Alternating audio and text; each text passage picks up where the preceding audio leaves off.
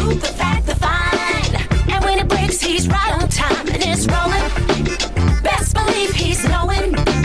Putting it down from sports to news to politics. With entertainment just for kicks, he's rolling. It's on go, roll, y'all. It's Roland Martin, yeah. Rolling with Roland now.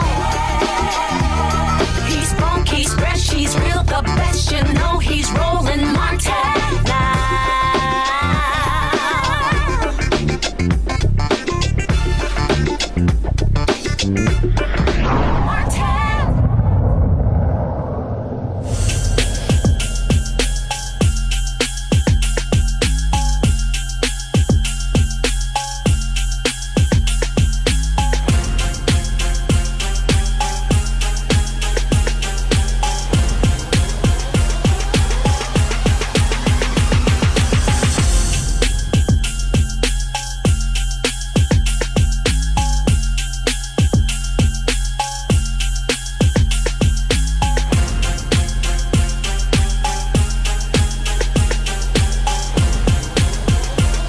What's up, folks? We're in the house.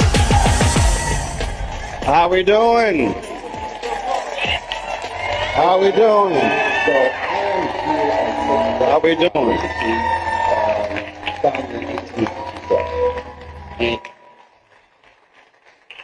Good to see everybody here. Good to see everybody here. Y'all got it straight now? Y'all got it straight now. Y'all can hear me, right? But y'all got to kill that reverb, please. It is glad to be back in Raleigh. Glad to see all of you here. It was a few years ago when I spoke on campus. I was invited by Dr. Everett Ward, former then president of Saint Augustine's.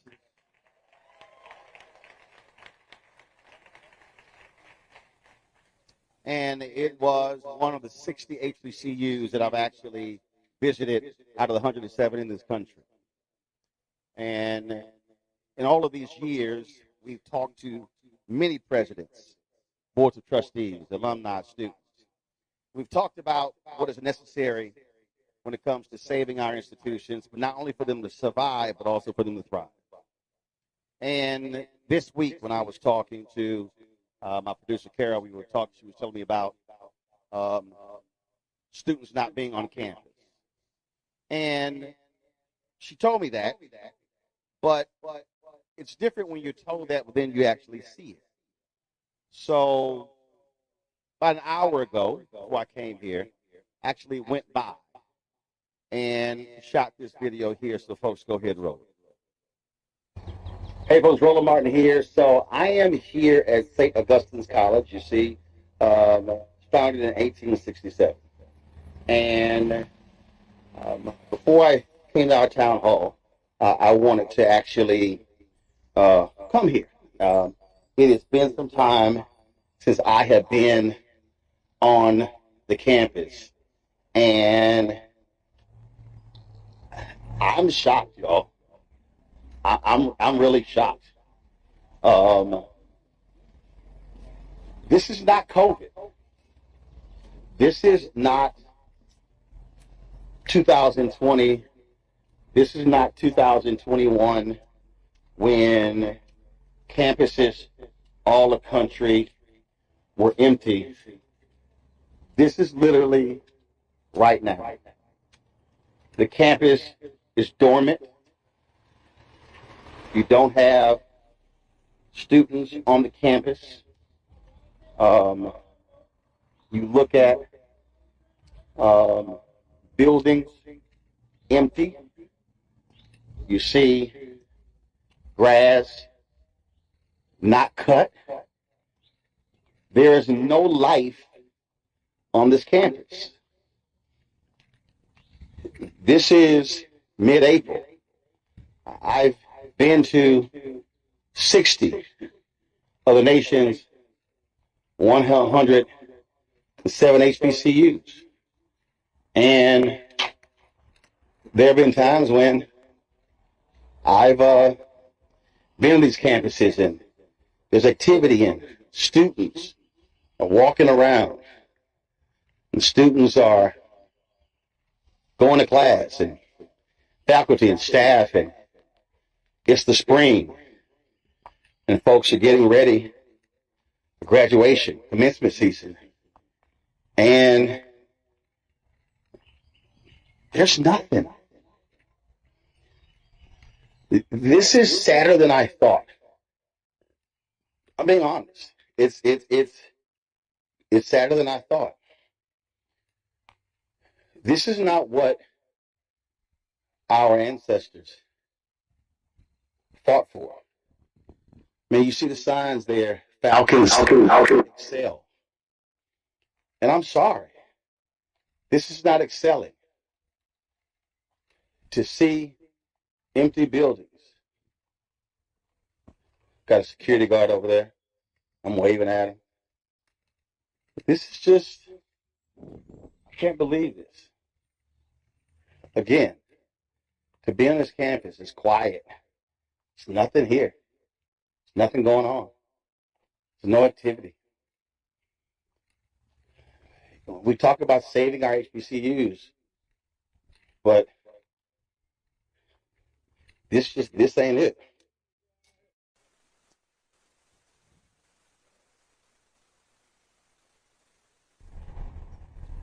So, folks, we're live in Raleigh. Folks who are watching us at March Street Baptist Church, this is more video as I was driving along. And our goal tonight is to talk about how did we get to this point, what caused it, but also how do we get out of this in order to be able to revive this institution. We were sent a statement. Let me be real clear to everybody who's here, everyone who's watching. For a period of time, we extended invitations to the university administration, to boards of trustees, to sit down, to come on the show, but to also be here. They declined those invitations. Now, for folks who understand, this ain't our first rodeo. We've had numerous institutions on my show that have gone through issues, that have had accreditation problems, that have come on the show, talked about it, been at college. We had Talladega on last night. We've had numerous other institutions.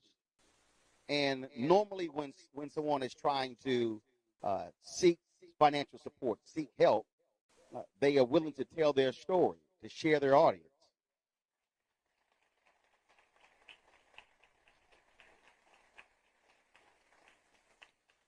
And so an email went out yesterday. I read this on the show last night. Email went out yesterday from the administration that said, "Dear alumni and friends of Saint Augustine University, we extend heartfelt appreciation to each one of you for your continued support, advocacy, and belief in Saint Augustine University. In light of the scheduled town hall hosted by the Roland Martin Show on Friday, April 11th in Raleigh, we would like to respectfully clarify that this event is not sponsored by SAU." Well, first of all, we never said it was. Neither the Board of Trustees, the University Administration, nor the National Alumni Association president will be in attendance. That is by choice. They were invited. It says, "We fully understand the concerns expressed by many within the SAU family, and we remain committed to providing accurate information and meaningful updates at the appropriate time." What other time is it now that's the appropriate time? Everybody, folks who are not here, you just saw that video. It is an empty campus. Buildings are shuttered. Grass is overgrown. What other time than now is it appropriate to explain what's going on? They then said, right now, our priority is focused on maintaining our accreditation through the SAC-SCLC arbitration process, securing essential funding to demonstrate our financial sustainability, supporting our students, especially those on the path to graduation on May 3rd. We appreciate your enduring love for our university, and we ask for continued, in boldface, unity, patience, and positive support as we take these critical steps forward. This is a defining time in SAU's history, and with your strength beside us, we will continue to fight for our legacy, our mission, and our future. Thank you for believing in SAU with Falcon Pride, Dr. Marcus Burgess, Interim President, Saint Augustine University. Allow me, before I introduce our panel, to unpack this.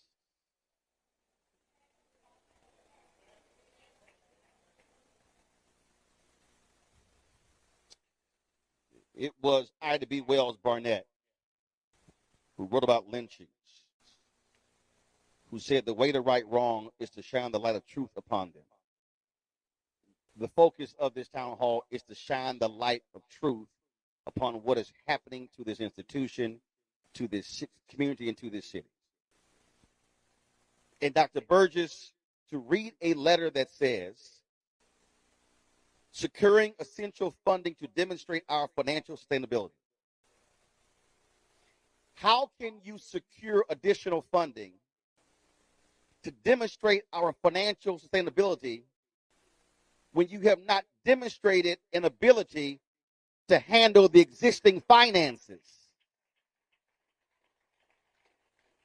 Why would somebody keep giving somebody else money if they can't handle money?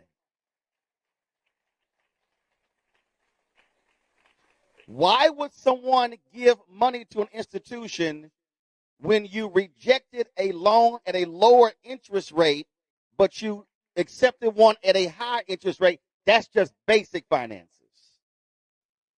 Then this is what bothers me when folk talk about we ask for continued unity, patience, and positive support.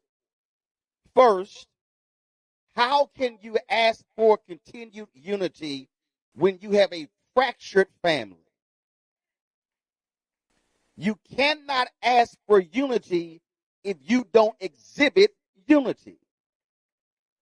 You can't ask for patience when folk have run out of patience because they are tired of being lied to.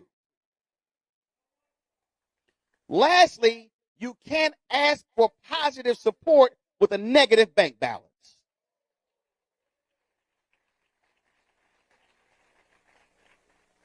There comes a time when black folk have got to stop saying, oh, don't be negative, be positive. But one cannot be positive when there literally is an empty campus 5 minutes away from here that shows no sign of life whatsoever. And when this board clearly has a history of not being able to run the university efficiently.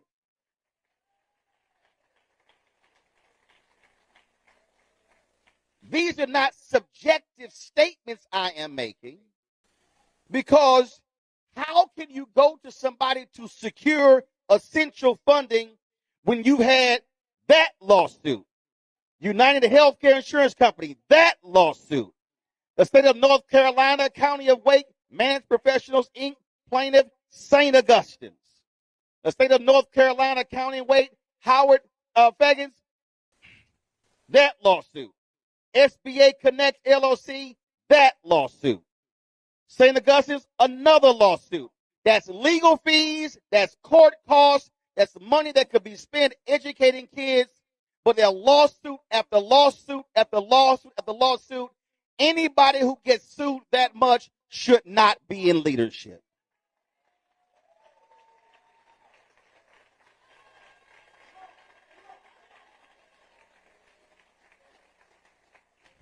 Now, folk need to understand, nobody pays me to say anything. I own the show. There's only one boss. The only person above me on my flow chart is God. So what we are talking about here is a situation of numerous lawsuits, dilapidated buildings, 7 presidents, selling a radio station for $20, and not one time do you have university leadership having the audacity, having the guts to stand before the very people who they want to bail them out of their predicament to explain how they got in this situation. So our goal is to give folk an opportunity to express their concern, disdain, ask the questions, and also for the nation to understand what's going on, because this could be your HBCU next. We want to thank Dr. Sean Jerome Singleton and Martin Street Baptist Church for hosting us tonight.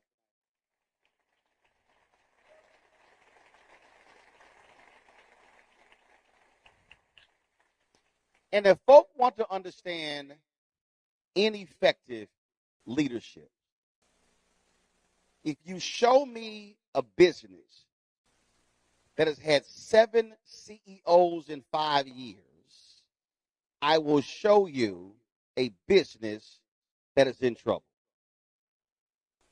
This school has seen Diane Bortley-Suber, Everett Ward, Gaddis Falcon, Maria Lumpkin, Irving McPhail, Maria Lumpkin, Christine Johnson, on and on and on. Leslie Rodriguez McClellan, and now Marcus Burgess. When you look at this list, interim, acting, interim. So you've only had 2 actual presidents out of the 7. Losing accreditation, millions of dollars in lawsuits, less than 100 current students, and a board that somehow claims they want unity, patience, and positive support when your track record is abysmal.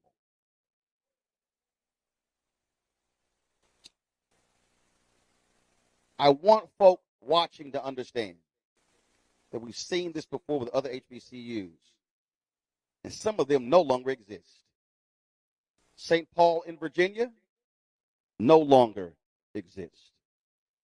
We saw Morris Brown go through hell for almost 20 years because of similar problems. And so, if we are going to be real honest about what's going on, it requires looking in the mirror and challenging folk who look like us, who claim they love the school they actually finished from. I do get a kick out of the fact that the board sent us a letter asking us not to use, respectfully, not to use the logo on our flyer.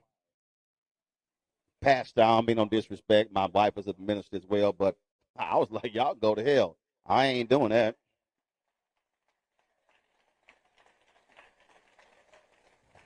So since the folk didn't want to show up, I still believe it's appropriate to show their faces for the audience. So this is the Board of Trustees of St. Augustine University. Y'all see them right there.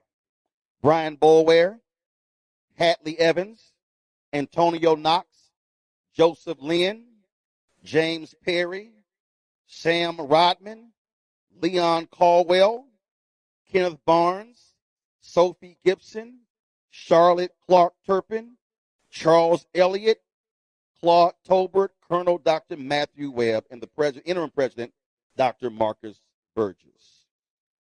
Folks, we searched the Wake County court system and found 38 lawsuits.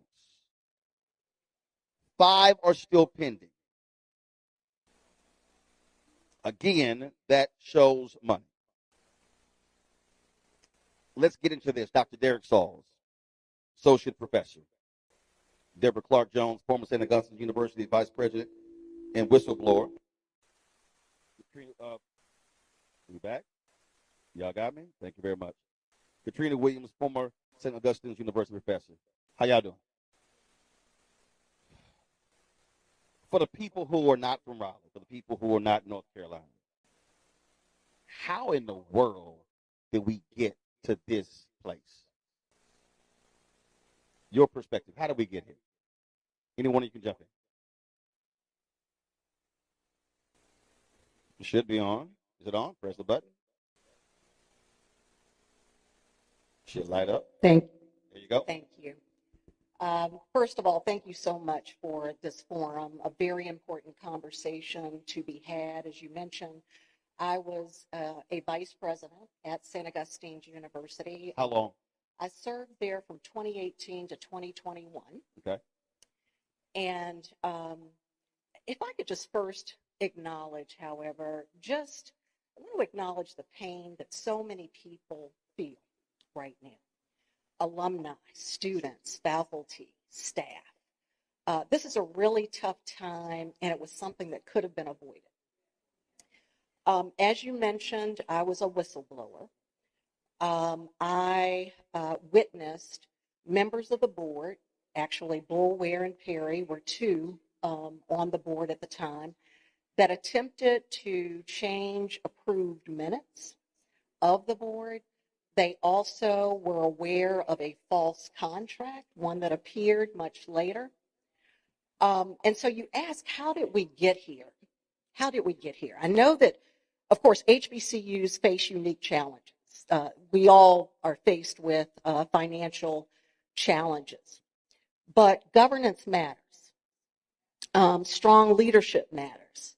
And I think what upsets me the most is those who have sat on the sidelines and have been complicit by not raising their voices, not holding people accountable, because several red flags went up years ago. There have been votes of no confidence. There have been letters written by former administrators, attorneys, and no one did anything.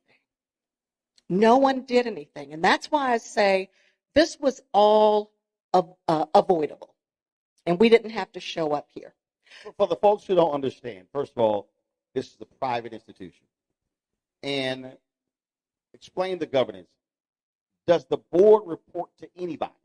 They do not report to anyone. And I'm so glad that you brought that up, because Who selects the board? Other board members. So again, as when you look at public HBCUs, governor or the legislature oversees that. So the folk who could get rid of the folk with the problem are the same folk. The same folks. If we were a public institution, this would not have happened. So, Derek, I go to you. When I hear staff say they went 6 months without getting paid, but still committed to the school, I don't know how a board in their right mind could look people in the eye or send a letter asking for unity, positive support, and patience if you didn't get paid for 6 months. I don't know if any one of those board members would tolerate not getting paid 6 months on their job. For that question, Katrina Williams, she was there at the time, and she can Okay. answer that question. Just hold the button down and light up. Hi. Yes, that is a good question. It takes dedication. So just by just being there for your students, being there with your fellow colleagues, you want to see the students actually finish. Also, by me being an alum of an HBCU, I wanted to see other students actually finish from an HBCU. Where'd you graduate from? Salem State University. And how long did you teach here? 17 years. 17 years. And when did you leave? Last August. Last August. What was the final straw for you? Well, I wasn't asked to return in August. Actually, I What were you teaching? different health and physical education classes, Okay. some education classes. And you asked not to return. Well, no, actually, I had to go to, at first I was told that the contracts are coming, and then when August came around, I didn't hear anything. I ended up going to the school and asking, am I getting a contract or not? And so from there, So you're waiting for a contract, and you're waiting, and you're waiting, and you're waiting. School year approaches, and you still haven't heard anything. no. The only thing that was said is that they were making cuts. Other information that was given was that they were going to make us whole. I don't know what the definition of making someone whole was, because that was not clarified. Derek, how long did you teach? I taught there from October. All right, actually, let's do this here. Turn yours off. I'm gonna go to a quick break. We'll take a commercial break. Y'all gotta fix the microphone. We'll be right back. Roland Martin Unfiltered, the Black Star Network, live from Raleigh, North Carolina, at Saint Augustine's Town Hall. Back in a moment.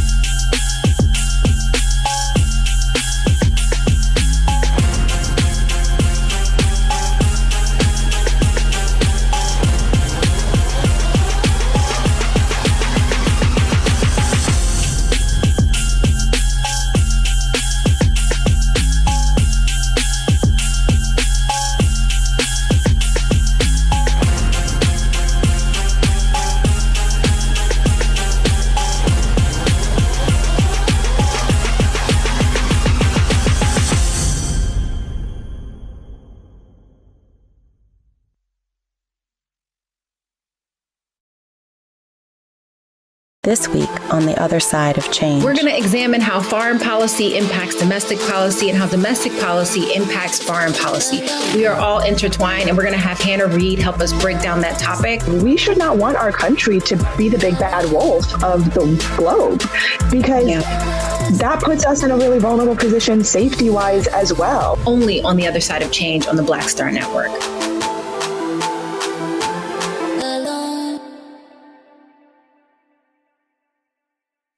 But we begin tonight with the people who are really running the country right now. Now, Trump is often wrong and misleading about a lot of things, but especially about history. Donald Trump falling in line with President Elon Musk. In the wake of the unsettling news that MSNBC has canceled Joy Ann Reid's primetime show, The Readout, Roland Martin and the Black Star Network would like to extend an invitation to all of the fans of Joy Ann Reid's MSNBC show to join us every night to watch Roland Martin Unfiltered, streaming on the Black Star Network for news, discussion of the issues that matter to you, and the latest updates on the twice impeached, criminally convicted felon-in-chief Donald Trump and his unprecedented assault on democracy, as well as co-president Elon Musk's takeover of the federal government. The Black Star Network stands with Joy Ann Reid and all folks who understand the power of black voices in media. We must come together and never forget that information is power. Be sure to watch Roland Martin Unfiltered weeknights, 6 p.m. Eastern at youtube.com/Roland S. Martin or download the Black Star Network app.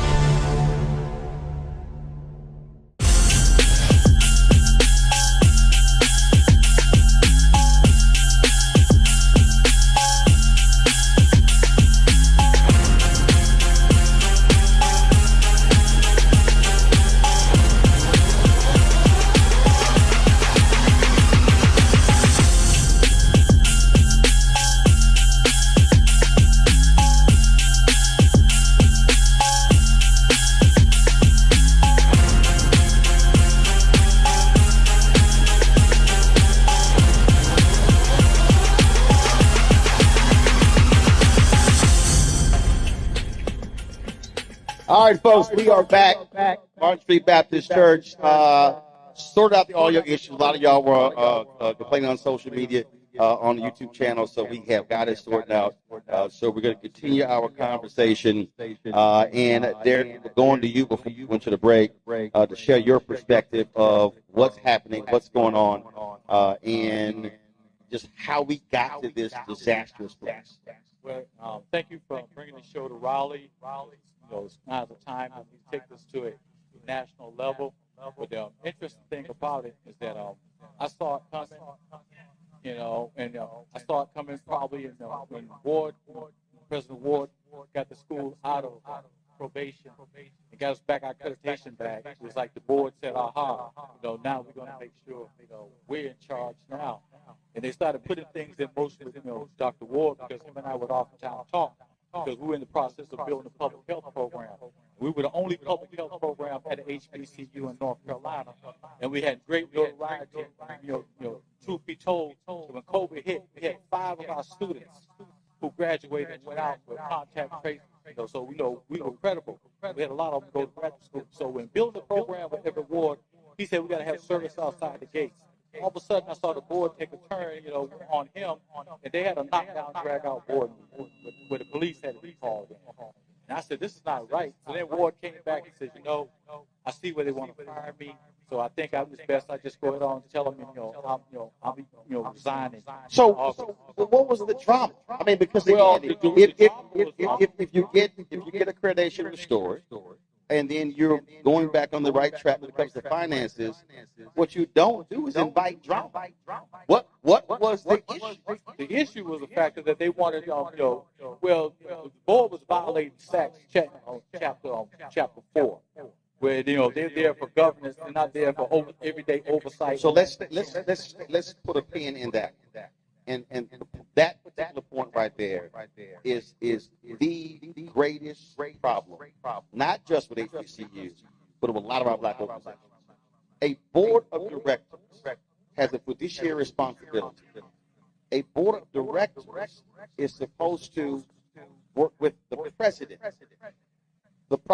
Again, I can tell you horror stories of numerous HBCU presidents and board members who have said to me over the years that the greatest problem, if you ever see an HBCU with dramatic problems, it is a board that's trying to run the institution, as opposed to the president running the institution, and then they hold the president responsible. There have been numerous cases where board chairs are trying to be the president, have applied to the president. You've got, and they're ignoring that. You've got boards should not be talking to staff members. That's not. She's like, oh, you done. She's like, you done triggered me. But real, that's not what the board's job is. And you're saying that's exactly what they were doing. Right, that's what they were doing. It became an interesting caveat because in March, when they fired, President, Ward, we were standing on the quad, and he was telling me that, hey, look, the board wants to lease out some land to another university that's landlocked. He says we're not in a position to do that right now because once you start leasing out land to them and also accepting their money, it's only a matter of time before they're going to try to take over the whole campus. He says we're at a point where we're striving for stability. We got our accreditation back. Let's take it to the next level. The next day, he was told, to leave campus, and they marched him off campus. And then they brought Dr. Falcon in. And the beauty with Dr. Falcon is Dr. Falcon had, turned, Shaw around and stabilized it before, he was, another young lady came in, became, president over there. So Falcon came in. And he was doing some great things. But then they got upset with Falcon because one of the board members wanted, Coach Williams fired. And I'm like, I'm looking at this, the dynamics playing out. I say, why you want to fire Coach Williams? So a board member wants a coach fired. Yes. But the coach reports to the athletic director, who reports to the president. Yeah, the coach was the athletic director. He was the athletic director. And and so then the crazy thing about that is that with Falcon, they decided they want to get rid of Falcon because he wouldn't fire Coach Williams. So I went to another board member who I knew, and I told him, I said, look, don't get rid of Falcon. I said, we're at a point where I see Falcon at 7 o'clock in the morning walking around the campus. And I said, why you walk around the campus? He said, because every morning I come here, I grew up in a farm environment. Every morning I come here, I'm dedicated to God's work. So he would walk around campus, see what was wrong, right and what was wrong every day, not one day, but every day. So, so then they told, Coach Falcon, if you don't fire Coach Williams, you got to go. And so I told, I told one of the board members, I said, look, can you go tell your boy, to chill, to relax, and then next thing I know, this board member comes to me saying, hey, I don't care if you like Falcon or not. When we get rid of him, we got enough votes. When we get rid of him, you anybody else that want to go can go behind him. And see, I'm like Deion Sanders. I got receipts. See, but see, it's at a point of time that when I came, over to Saint Augustine, I just left Duke. I came there on a mission, and then I'm seeing this and seeing what this board's doing, and then the very person, who's doing this on the board, I saw him one day, chastising a student. He walking behind a student when he first became a board member, and the student didn't know who he was. He goes, you know who I am? The student said, no. He said, you need to know who I am. And I was just shocked. A board member was talking to a student like that way. And I have told. And is that person still on the board? Yes. And you know, the thing about it is that I have verification because when these things happen, I sit down with people and I tell them, hey, look, this is what's going on. Because like, you know, with Deborah here, you know, I started seeing things happening. And I told her, I said, look, I know your father was my mentor. He's like a dad to me. You know, I grew up with the family. And I said, you know, your mom was here. You know, I grew up with your mom. You know, mom was here. I said, something's just not right with this. So she did her soul searching, and she became a whistleblower. I know she probably agonized, but it was the right thing to do. Right. And so I would go around telling people, I said, this is not right. That's not right. But the problem was, you know, everybody talking about, well, I want to hold on my job. I don't want to be a snitch. It ain't about snitching. It's about thinking there are thousands, probably millions of young people who need HBCUs. Right. You know, because what happened in the state of North, you know, say I studied. The state of North Carolina said, okay, now you gotta have a 2.75, you know, to go to UNC system. Okay, now they can't get into any, you know, black HBCUs with less than a 2.75. But some of the kids in high school, you know, they had to work. One girl came to me, she had a 1.75, and she wanted a scholarship in public health. And I told her, I said, I don't know if I can do that because we have a 2.5. And she said, well, please, Dr. Sauce, I had to work while I was in high school. We helped the family out. Because some of the kids are getting refund checks to send them home. The story needs to be told that we're going full circle with our families. We're trying to get to the point, and somebody mentioned earlier, we still see those little old ladies wheeling up in wheelchairs at graduation, said, that's my baby. So that's where we're at. But when I saw this board member, you know, he came after me wholeheartedly. I got a USDA grant. You know, those great vineyards on the campus, I planted those. You know, and I said, I'm planting them because, you know, because if you go and you look at Saint Augustine was a venter. So you know the history. So I planted grapevines because I said it's going to be a teaching situation where all of a sudden we're going to go back to being healthy and take, you know, Saint Augustine University back to the original agricultural roots, but we're going to know what we need to eat. But then, you know, then the board member got mad at me one day and said, you know, I can get MPI to go out there and tear up all those grapevines. So then I had to go to Dr. Lumpkin at the time. Dr. Lumpkin, I'm going to tell you like this. If he tear those things up, I'm going to federal government. It was done with federal money. He better have a, you know, good reason for doing that. So, you know, so I know personally. I've been attacked personally. But God knows we had a Macedonian call, and we're going to make this thing right because if another HBCU go down, it's going to be like dominoes. And it's always the Lord. So let's do this. Turn your microphone off and then turn yours on. So, Deborah, you sort of almost jumped out of your chair when I talked about the meddling, if you will. Yes. You know, normally when we think about board members trying to run an institution, we think about board overreach, right? Board members getting involved in the operations.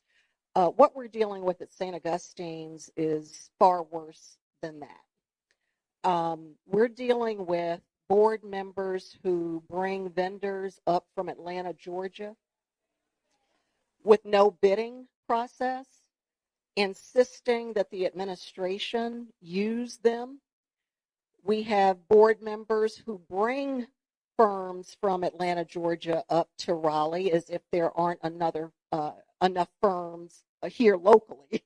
We should be supporting the local economy. And as they're taking them on a tour, suggesting that they allow them to put their second cigar bar in that development, this to me is next to criminal. It's not just about board overreach. The wrongdoing is happening. There's plenty of receipts to support it. And once again, no one, and here I'm talking about the other board members that had an opportunity to change the board, and they refuse to do that. So I do think that it's far greater than just board overreach. Is there an accurate number of how deep in the hole this university is in? We've only heard $60 to $70 million. That's a big spread, but that's the number that we have heard most recently from the. And there's never been an outline of what that is the audit or anything along those lines? there has been an outline, including the $10 million tax lien, federal tax lien on the institution, paying back the different judgments that you have already cited. I was trying to think of some of the other costs, but right now they have dug themselves in such a deep hole with predatory loans, with loans that they do not have the ability to pay back. And they've collateralized every parcel in their real estate portfolio. So there is nowhere else to go, and you cannot borrow your way out of debt. You can't do it. And you've already stated it. I think what is most egregious to me is these board members, to me, they're squatters. They're just sitting there at the institution knowing that no one trusts the board. It compromises fundraising for the institution. Funders will not give if they don't trust the governance of an institution. And yet they continue to sit and just watch the university burn. And that's just inexcusable. Katrina, final comment from you.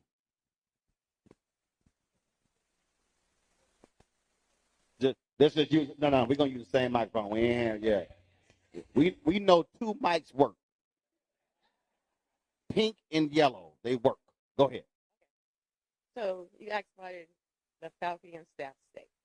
Well, I was saying it was because Hold it right to your mouth. There you go. okay. I was saying it was because of dedication, but also many of the faculty and staff didn't get the same interaction as Dr. Sauls received, like with board members. So we were in the blind. And so when you're in the blind, you're going by what your leader says, and you want to be able to trust your leader. So if your leader is saying, hold on, keep steady, that is what the faculty and staff was doing. But then, as staff and faculty, if you have a question, you cannot get answers. For example, with me, I've been having insurance issues since I got there. And so For all 17 years? No, not all 17 years. I'm about to say.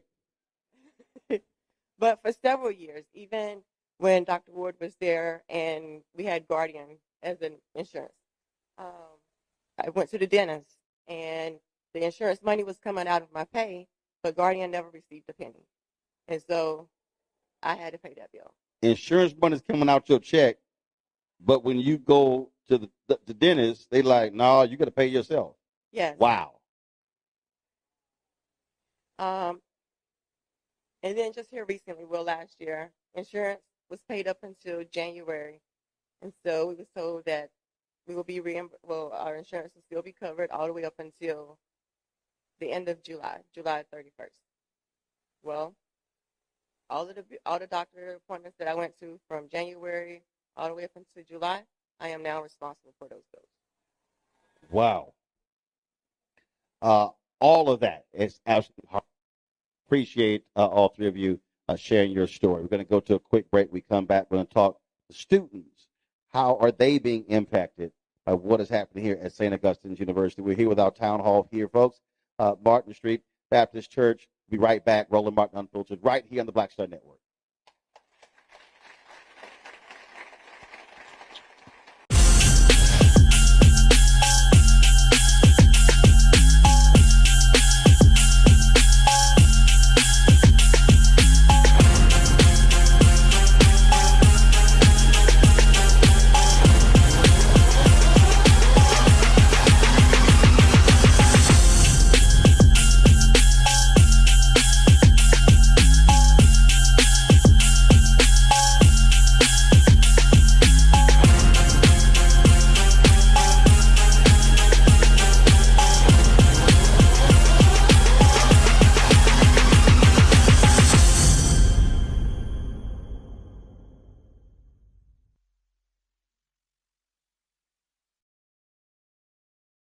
This week on The Other Side of Change. We're going to examine how foreign policy impacts domestic policy and how domestic policy impacts foreign policy. We are all intertwined, and we're going to have Hannah Reed help us break down that topic. We should not want our country to be the big bad wolf of the globe, because that puts us in a really vulnerable position safety-wise as well. Only on The Other Side of Change on the Black Star Network.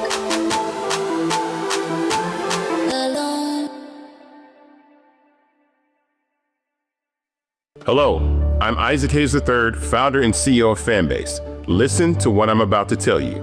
The window to invest in Fanbase is closing. We've raised over $10.6 million of our $17 million goal. That means there's room for less than 6,370 people to invest in Fanbase for the average amount. The minimum to invest in Fanbase right now is $399. That makes you an owner in Fanbase today.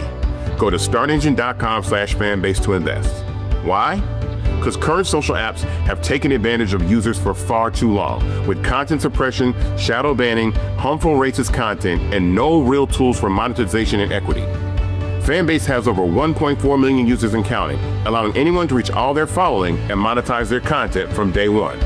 Social media is the new TV, and whoever owns the apps that distribute that content have the opportunity to own potential billion-dollar companies. While big platforms with uncertain futures are failing to serve their users, Fanbase is stepping up to fill the gap. Don't wait until it's too late. Invest now, invest for yourself and your future. Go to startengine.com/fanbase and own the next generation of social media.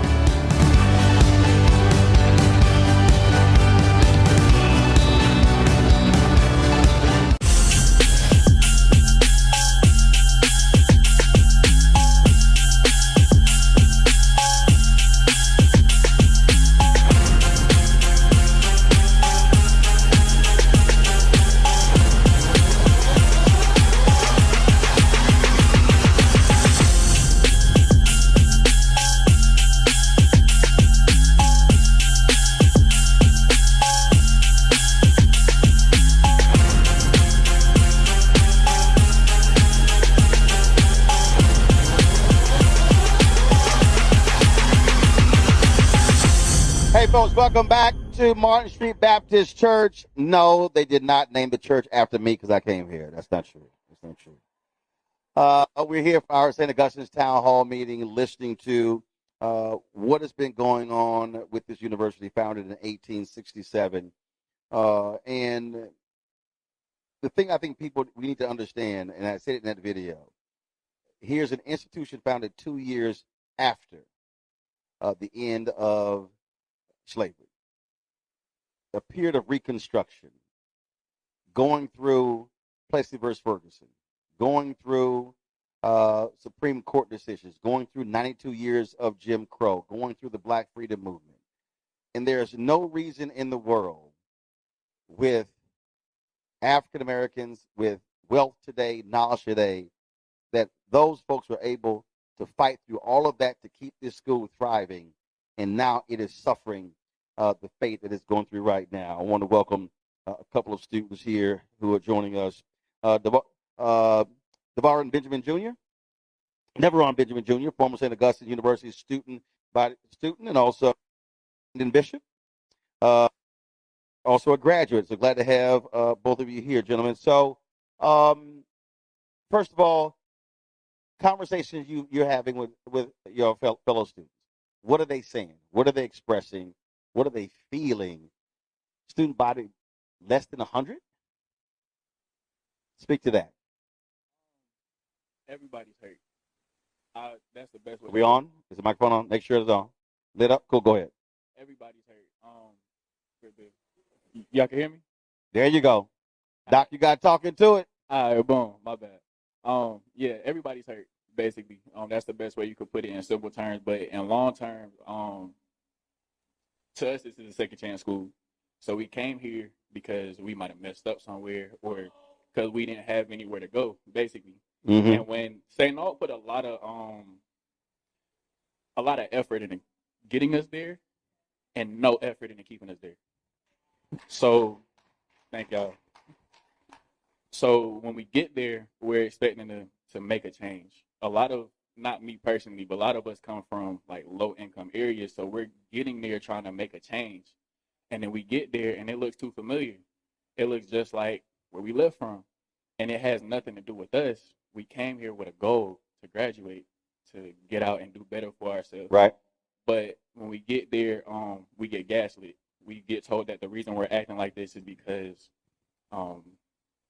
basically where we're from, and like we don't care about the school. But the leaders don't care about the school. So we're following the leader who does not care about the school. So it frustrates us, and a lot of us couldn't finish. We had to go back, including me. I'm struggling myself. I transferred, and it's to a point where I can't get out of bed to go to class sometimes. How long were you at St. Aug? 34 years. 3 to 4 years. Yes, sir. And you transferred where? To A&T University. To A&T. Thank you.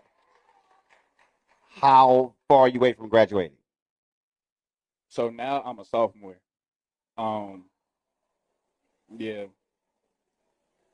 So how? So apparently St. Aug wasn't keeping up with the credits. And the way Wait. You were here 3 or 4 years and you transferred to North Carolina A&T and you're a sophomore.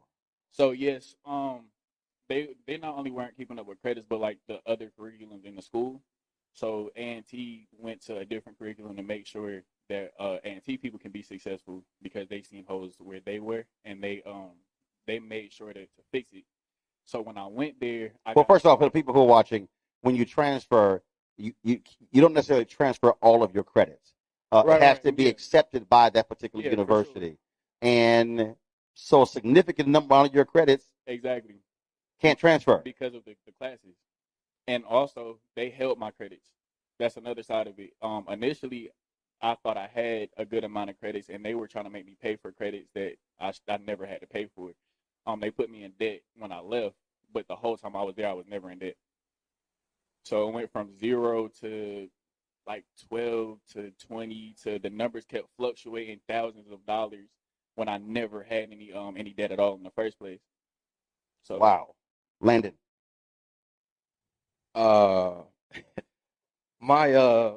My experience is a lot different but similar. I graduated a little earlier than him.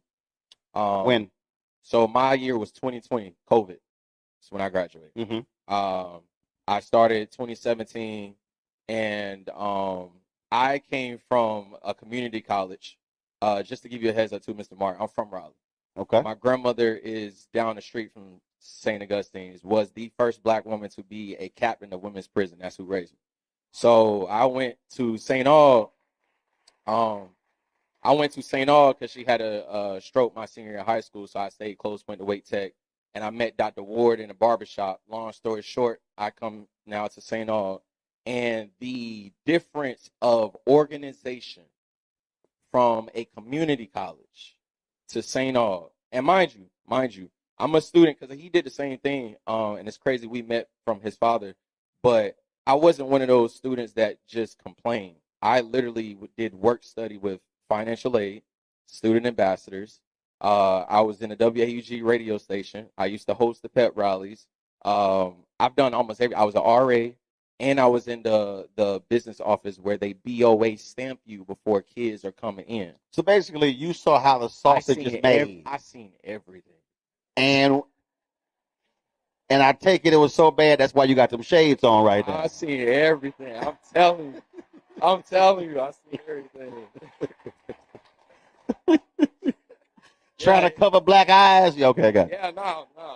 I've seen everything. So you were talking about going from that community college to here. Yes. And that's night and day. Very much night and day. Financial aid, and I can comfortably say this because I, again, was involved. Financial aid was never up to par. They were still catching up from the years before. So they're still trying to catch up years before, but got to get ready for the next enrollment of students coming in. That's how crazy it was. Mind you, I'm a student ambassador, and we would have this little joke. It's sad to say, but it really is. But we was bringing kids to the slaughterhouse. I kid you not. We was bringing kids to the slaughterhouse. I recognized that because I was the smiling person that had everybody clapping their hands, welcome. and everything. And mind you, back then you had to have a BOA stamp before you even get into your dormitory. When I was there, bring them in, like just get them in first, and then we'll figure it out later. So I was there when they would have the students actually come stay on campus, and then that was called SOARs. They would stay on campus for like a night. We seen the kids. I talked to the kids. I talked to the parents and everything. And like we were so far behind, I started noticing it. I was just like, wow. So that's when I started actually being involved with the financial aid and BOA to see how the process works. Once I realized how the process works, then that's when I went from a poster child of Saint Augustine's to now a renegade. Because I started asking questions. We had a town hall. Now, I have nothing against those who have certain people as a superhero in our community, but remind you, I'm from Raleigh, Mr. Martin. So people that I seen, I just so happen to know I got a different vibe and feel at an institution in my backyard. We had a town hall meeting with Dr. Ward. It was a last-minute town hall meeting. We had the town hall meeting. Everybody's asking questions, and none of the answers are coming from Dr. Ward. So we're like, okay, one of the biggest things for us is like, why are we paying $2,500 for student activity fees, and we don't see no activities? Like, we can't even park in certain places. The only time and this is how I met his dad, Deveron. I vouched to the alumni. I'm like, the only time we see a spirit on campus is homecoming. After that, campus is dead. So I asked Dr. Ward, I stood up and I said, Dr. Ward, and this is verbatim. I said, Dr. Ward, with all due respect, what is it that you really do know? And some of y'all said, that. So you can imagine Dr. Ward was like, and it was never out of bad intentions, y'all, at all. I'm a student. At the end of the day, I'm living through these experiences like knowing a lady fell through the floor type experiences in our dormitory. And she had to crawl out the crawl space, Mr. Martin. And they offer her lunch. Not insurance, nothing like that. But I asked Dr. Ward, I said, what is it that you do know? Because it's like all our questions are not hitting. And he said, well, you stand up since you're a son. We are all sons and daughters of St. Augustine's University. That's how he talked. He cool though, for real. But he said, what would you do? I said, Dr. Ward, I would have a conversation with these students. You're not living in these dormitories that don't have no heat in a freshman building. How many times? You was in Latham too, right? They still didn't have heat and they had situations like that. And I graduated already. Yeah, you got mold situations. You got the floors are caving in that literally a senior citizen lady who was over the dormitory fell through the floor. You have fried chicken Wednesdays and they would fry fish. The tag is still on the fish when they put it in the grease. I done seen it all. That's all I can tell you. I done seen it all. Deveron, the thing here is that what really jumped out when you talked about you're trying to play catch up. And the reality is you can't outrun that debt. And at some point, and then it's exacerbated when you keep having new leaders. What years were you here? I believe I started, was it 19? 19 to 19. So you started in 2019, left in? I think it was like 22 or 23. 2022, 23. When you started seeing these president, interim, what were students saying? Because I'm sure they're like, wow, another president? Yeah, so at a point in time, I actually was supposed to work for the president, and because things were so bad, I got I'm not gonna say pushed to the side. It was COVID. I'll put it like that. So they didn't really have space. The students were confused, for lack of better words. There's we didn't see one leader. That's the best way I could put it. We didn't know who or what to follow. Which also goes back to what I had said earlier. It really, that's the word, confusing. What are the current students? What are they saying in chat rooms? What are they saying in conversations? Are they just like, I'm just trying to get this sheet of paper and get out? I can't speak for the current students. I can say that was the goal for everybody when we were there, though. nobody at a point wanted to graduate from St. Aug because it was hard. Like he said about the dorms. My senior year there, I got basically kicked out of my dorm in Latham. No, it wasn't. It was Fallcrest. That's like the upper dorms basically. I had the GPA for it. I made Dean's List, the whole nine. And when I got there, I didn't have a lock on my bathroom door. So I didn't feel comfortable staying there because of the culture of like where it was. And I asked them multiple times, like, can you just fix it? One day I got back and there was somebody else basically living in my dorm, and they told me I had to go back to Boyer. Boyer also at the time. Someone's living in your dorm room? So I took all my stuff out. One day I came back and there was somebody else's stuff in there. It was somebody else's stuff in there. I had a girlfriend at the time, and I was in her room more than I was in my upperclassmen room because I didn't feel comfortable. That's just what it was. So I also knew a freshman young lady. She came in on scholarship, and in the process, part of the process is they're supposed to just go to Fallcrest, which again is the upper dorms. She wasn't in Fallcrest at all. Her parents had to come. I think she was from New York or something. Her parents had to come down and flush them out because they was going to run around. Like he said, there wasn't any questions being answered. So she came in on full ride scholarship and was in one of the lower dorms. So they just really don't keep any promises. Do you believe that with all of this drama, it is going to be near impossible for them to get new students? Absolutely. And hear me from a student perspective. There's no culture being praised right now about St. Aug. How are you gravitating students? I was the person that was telling y'all, yo, come here. The reason, honest to God, the reason I came to St. Aug is because they told me, if you can get through St. Aug, you can get through anything in life. I kid you not. That so far has probably been the truth. But as far as a culture, when you go to an institution, you don't see that pride no more on campus. And that's what I was telling to the alumni at the time before I met his dad. Like, don't nobody see the pride here no more. Well, first of all, after today, there's nobody to see. Exactly. There's nothing to see. I mean, it is a ghost town. Right. And so I have I pledged a wonderful fraternity, Kappa Alpha Psi.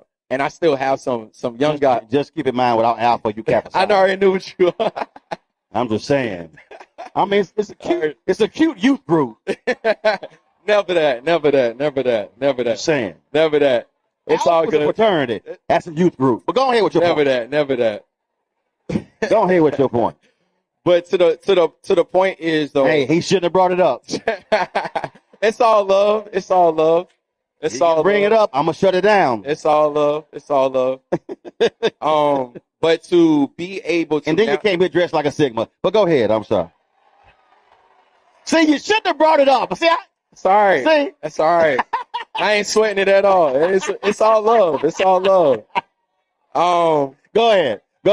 To across actually all. If now that we're speaking on that, to now look at all of the Divine Nine. Did you know that some fraternities or chapters now have to give their chapter name if Saint Augustine is done? So I have to deal with young boys, my young neos who cross, and I'm like, my goal to them the entire time, what are y'all doing? What's y'all game plan to get out of here? Y'all want to pledge, but y'all not thinking about y'all end goal of getting out of college. Right. Mr. Millette told me that every time. He was like, the goal ain't for you to stay in college and have fun. You need to find your way and get up out of here. Absolutely. So to them, it's like, I don't know. And then when you talk business and start learning the finances of college to a teenager trying to be a young man, it's just like, do you realize that you signed a deal that this is a $26,000 tuition school and you took out loans and you're going to have to pay those loans back when you finish? What is your plan now? Because you're not going to finish. Now I've seen so many people say, I'm done. Like I me and him had this conversation out there. When you try so much and you come into a culture where it's just like, this happens, nobody wants to continue forward. Right. And what it does is, I take it, your class, y'all, they ain't giving anything back. And that's part of the deal. The reality is, if you have an awful experience, the last thing you're going to do is write a check. So now the next generation has it even worse. And the reality is, what you're describing, what the previous panel described before, is literally, it literally sounds as if, and I'm going to say this, it sounds as if that there is a deliberate attempt Yes. to starve, kill, and Yes. destroy Yes. the university. It's funny you say that too. I had I asked one of the most recent interim presidents. This was while a fight was going on on campus during homecoming. And I'm like, I'll just say the president. I said, "Do you believe in our motto?" First of all, you already been naming other presidents. I know, but I ain't even gonna do that person like that because they're in a lot of limelight. But I'm gonna have some integrity. But I said, "Do you believe in the motto though?" And that person said, "No, I actually don't." Because our motto is excel. An interim president. Right. It's to transform, excel, and lead. You bring these kids from St. Augustine mainly to 252, DMV, Baltimore, Virginia, all that. Then you have all the international students that are coming from rural areas as well. You bring them to a situation like this, and you sell to them and their family. Bring your kids. I kid you not. The hope that Coach Williams gave to a lot of international students and just people in rural areas, unmatched. But when they have to deal with not getting their financial aid back, when they have to deal with when it's time to go on, when it's time we got Christmas breaks and etc., they're barely getting anything. Mm-hmm. So it's just like now it's how are we transforming any of these kids coming from rural areas and showing them how to excel and lead? And that was the biggest thing. Gentlemen, we appreciate you sharing your story. Thanks a bunch. We come back. We're going to talk with a state representative about what's happening here with St. Augustine's University. Folks, we're here at Martin Street Baptist Church in Raleigh for this town hall. It's a lot to take in. And again, imagine what the very people who founded this university, what would they say about the current state of St. Augustine's this moment right now? We'll be right back.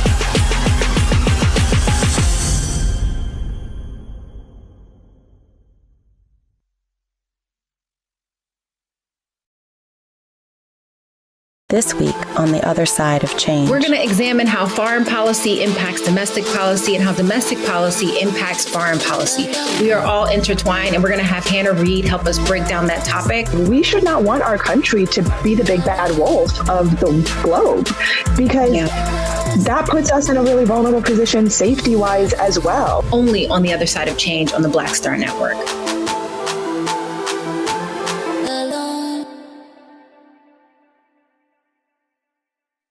What's up, y'all? Look, Fanbase is more than a platform. It's a movement to empower creators, offering a unique opportunity for everyday people to invest in Black-owned tech, infrastructure, and help shape the future of social media. Investing in technology is essential for creating long-term wealth and influence in the digital age.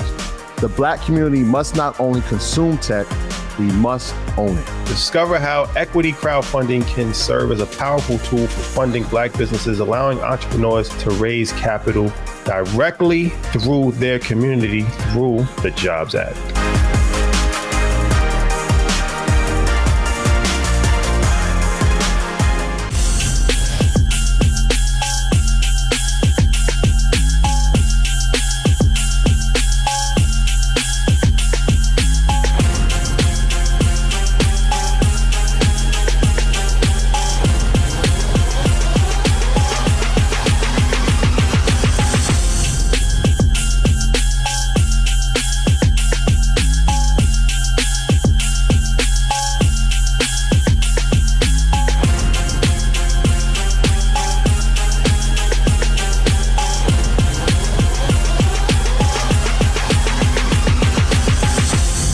folks, welcome back to Martin Street Baptist Church for our town hall. Saint Augustine University here in Raleigh, North Carolina.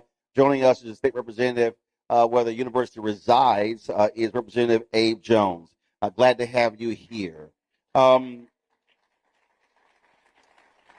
was an effort to do a deal, a land deal, for the university to bring it, and the Attorney General stopped it when it came to the value of the land. This is a private institution. What can the state do, other besides that, because with nonprofit, Attorney General weighed in, but what can the state do to assist in this effort? Have you had conversations with board members about what's going on? And if so, what are they saying? I haven't had any conversations with board members. The state, as I understand it, could help. There's precedent for it because Bennett College over in Greensboro was in trouble some years ago, and the state reached in and maybe others too and helped Bennett College. How did they help? Provided some money, as I understand it. Now there are conditions, and I'm not familiar with the deal because I wasn't in the General Assembly then. I've only been there 4 years. This is my 5th year. But I have talked to the senator that does represent that area, and she told me that Bennett College did get help. Right. Now, in return, they have to submit to annual audits. Right. There have been 5, as I understand, and there were certain conditions. They didn't share the conditions with me. However, what I want to do is find out what happened. No one's explained to me how the car got run into the ditch, so to speak. Right. And it's hard to go to my fellows and my fellow members and ask for money for a great institution that has a great history and not know what happened. Okay, so with that being the case, have you, the state senator, city council members, county commissioners, mayor, consider putting together a political delegation and calling the board of trustees to that meeting to explain what's going on? I have thought about it, and I don't know if it can do it unless... Hold it up. I've thought about it, but I don't know if it can be done until I get the agreement that someone will tell me what happened. No. But here's my whole point. Here's my whole point. You as the state rep, the state senator, the county commissioner that oversees the area, the city council member over that particular area, as a coalition, send that letter saying to the board, y'all are demanding a meeting with the board of trustees where they explain to y'all what is the plan of action to deal with these problems. They need to explain to y'all what goes on, because whatever decision they make has an impact on that land in your district. And if they tell y'all to go to hell, then we really know what's the problem. I mean, so my deal is, let's not think about it. Let's do it. Well, I understand your question.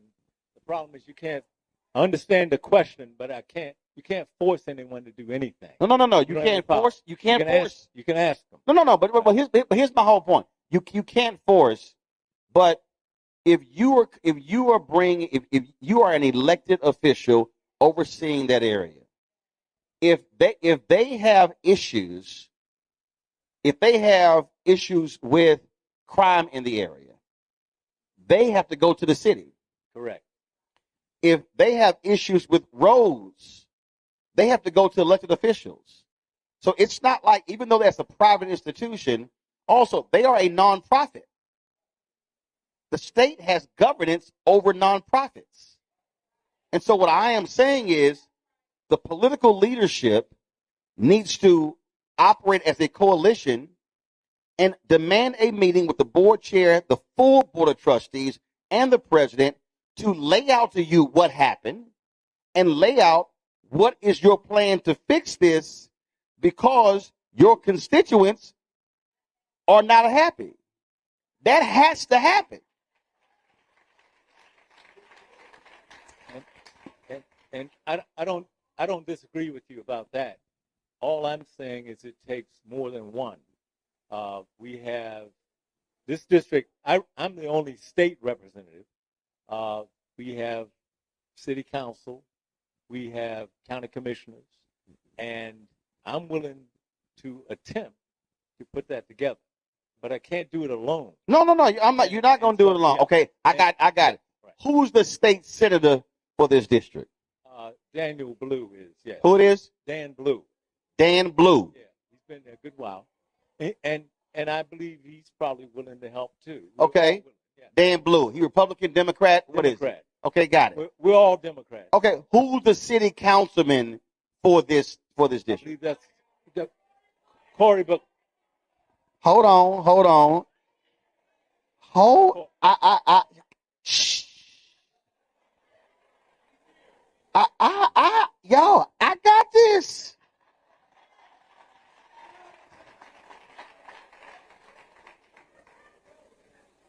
The councilman's here. yes. Come here.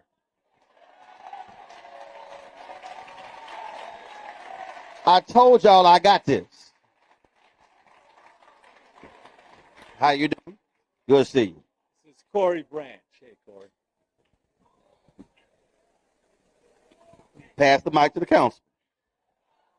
Councilman, Yes, sir. have you attempted to have any conversations with this interim president and the board of trustees about what has happened and what their plan of action is? Yes, I have.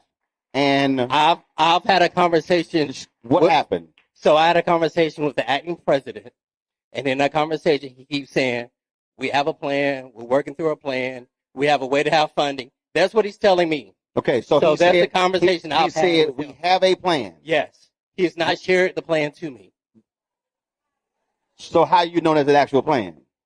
How do I know about it? I don't, because Okay. he hasn't shared it to me. But I've Gotcha. had the conversation with him. Okay, so are you willing to join with the state rep, have a political delegation call for the interim trustees to literally come to your political delegation to explain how do we get here with documentation, and then also lay out to y'all what that plan is, because that campus being empty, let's walk this through. First, has an impact on the community when it comes to sales tax. It impacts the businesses around there. The condition of the university is now blight. So are you willing to do that in the next 10 days? I would meet with them tomorrow. I mean, I have no problem. Anyone knows I'm not hard to find. No. So yes, I'm 10 days. talking about. I meet tomorrow. Okay, okay. I got again, y'all. I got this, y'all. So I'm not gonna say tomorrow, because I want you as the councilman, you as the state rep, the state senator, and whoever the county leader is.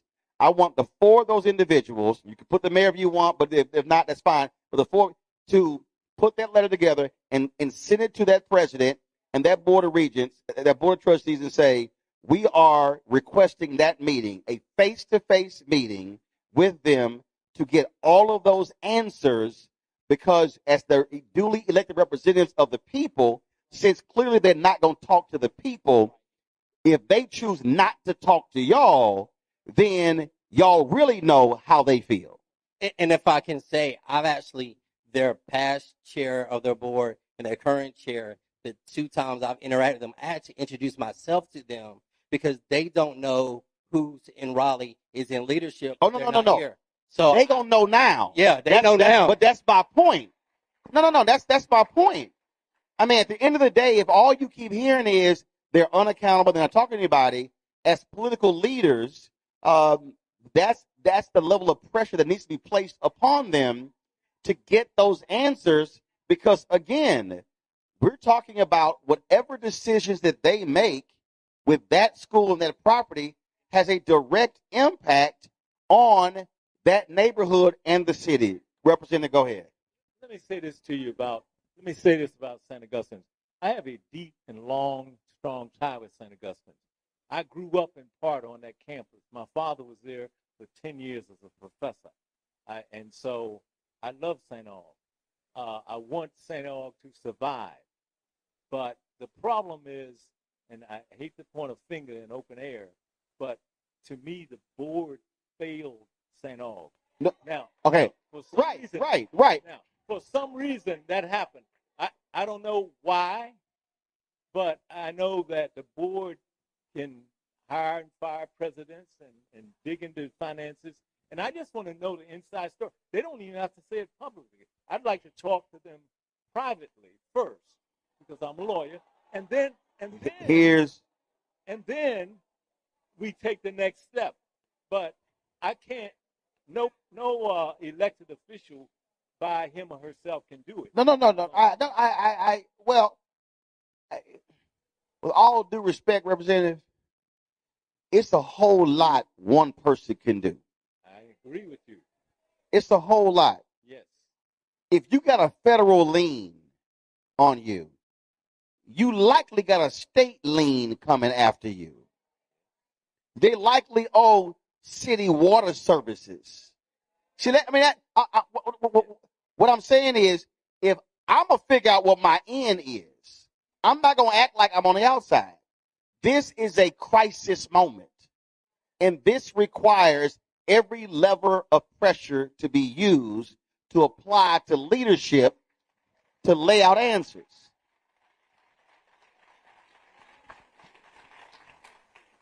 So, leaving here, I believe the two of you communicate with the state senator and the county commissioner, and the four of you in the next 10 days, 7 to 10 days, get that letter to them requesting that meeting and give them a deadline to respond. Not open-ended. Make it clear y'all want that meeting in 10 to 14 days and bring all the documentation with you. That has to happen because they just can't continue with, well, they're working on it, let's have unity, positive, and all that sort of stuff. No, that's all words. All of those words will not solve the fundamental problem of this university literally on the brink of extinction. I agree with you. And so we good? We're good. Somebody did a horrible job of management. Oh, it's obvious somebody did a horrible job. Right. And we have to get to the bottom of it. Yes. But it takes. Speak right to the microphone. No, speak it to the microphone. No. Pull up closer. There you go. I agreed with you, and I'm willing to be one of the people to help solve it. All right. So here's the deal. Y'all gonna get with the state senator, the county commissioner, joint letter in the next 10 days. Give them a deadline when to meet, and y'all let me know if they say yes, yay, or nay. Cool? All right. I appreciate it. Thanks a lot. We're going to go to a break. We come back. We're going to talk with some other folks, the community impact of what's happening with St. Augustine. You're watching Roland Martin Unfiltered right here in the Black Star Network.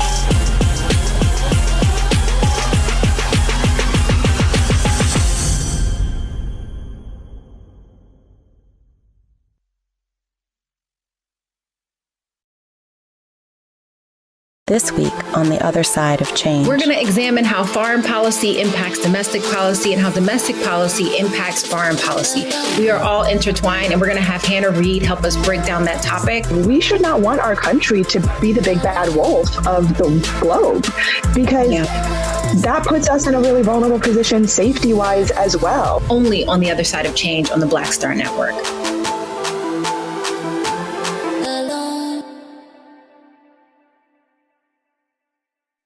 Hello, I'm Isaac Hayes III, founder and CEO of Fanbase. Listen to what I'm about to tell you. The window to invest in Fanbase is closing. We've raised over $10.6 million of our $17 million goal. That means there's room for less than 6,370 people to invest in Fanbase for the average amount. The minimum to invest in Fanbase right now is $399. That makes you an owner in Fanbase today. Go to startengine.com/fanbase to invest. Why? Because current social apps have taken advantage of users for far too long, with content suppression, shadow banning, harmful racist content, and no real tools for monetization and equity. Fanbase has over 1.4 million users and counting, allowing anyone to reach all their following and monetize their content from day one. Social media is the new TV, and whoever owns the apps that distribute that content have the opportunity to own potential billion-dollar companies. While big platforms with uncertain futures are failing to serve their users, Fanbase is stepping up to fill the gap. Don't wait until it's too late. Invest now, invest for yourself and your future. Go to startengine.com/fanbase and own the next generation of social media.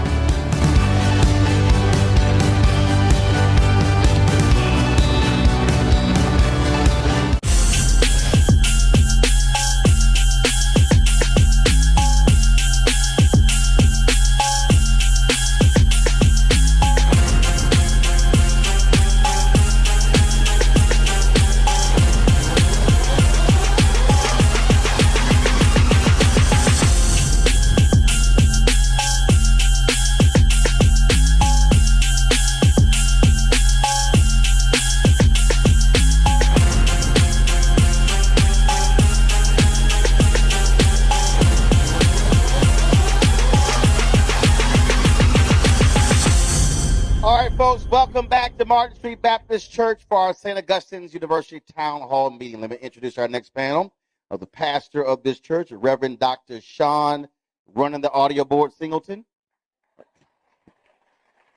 He was back there getting it together. Elfrida Hicks, community organizer. And also Harold Mallett, community organizer as well. Glad to have all three of y'all here. As I said, Pastor said at the outset, we're just 5 minutes away. This has been going on for so long. Just walk us through it. Grab this here. Just make sure you turn it on. Just walk us through just how difficult this has been for the community. Just the constant upheaval, uncertainty, and just lack of clarity with what's happening at this institution. The word that comes to mind for me is really depressing.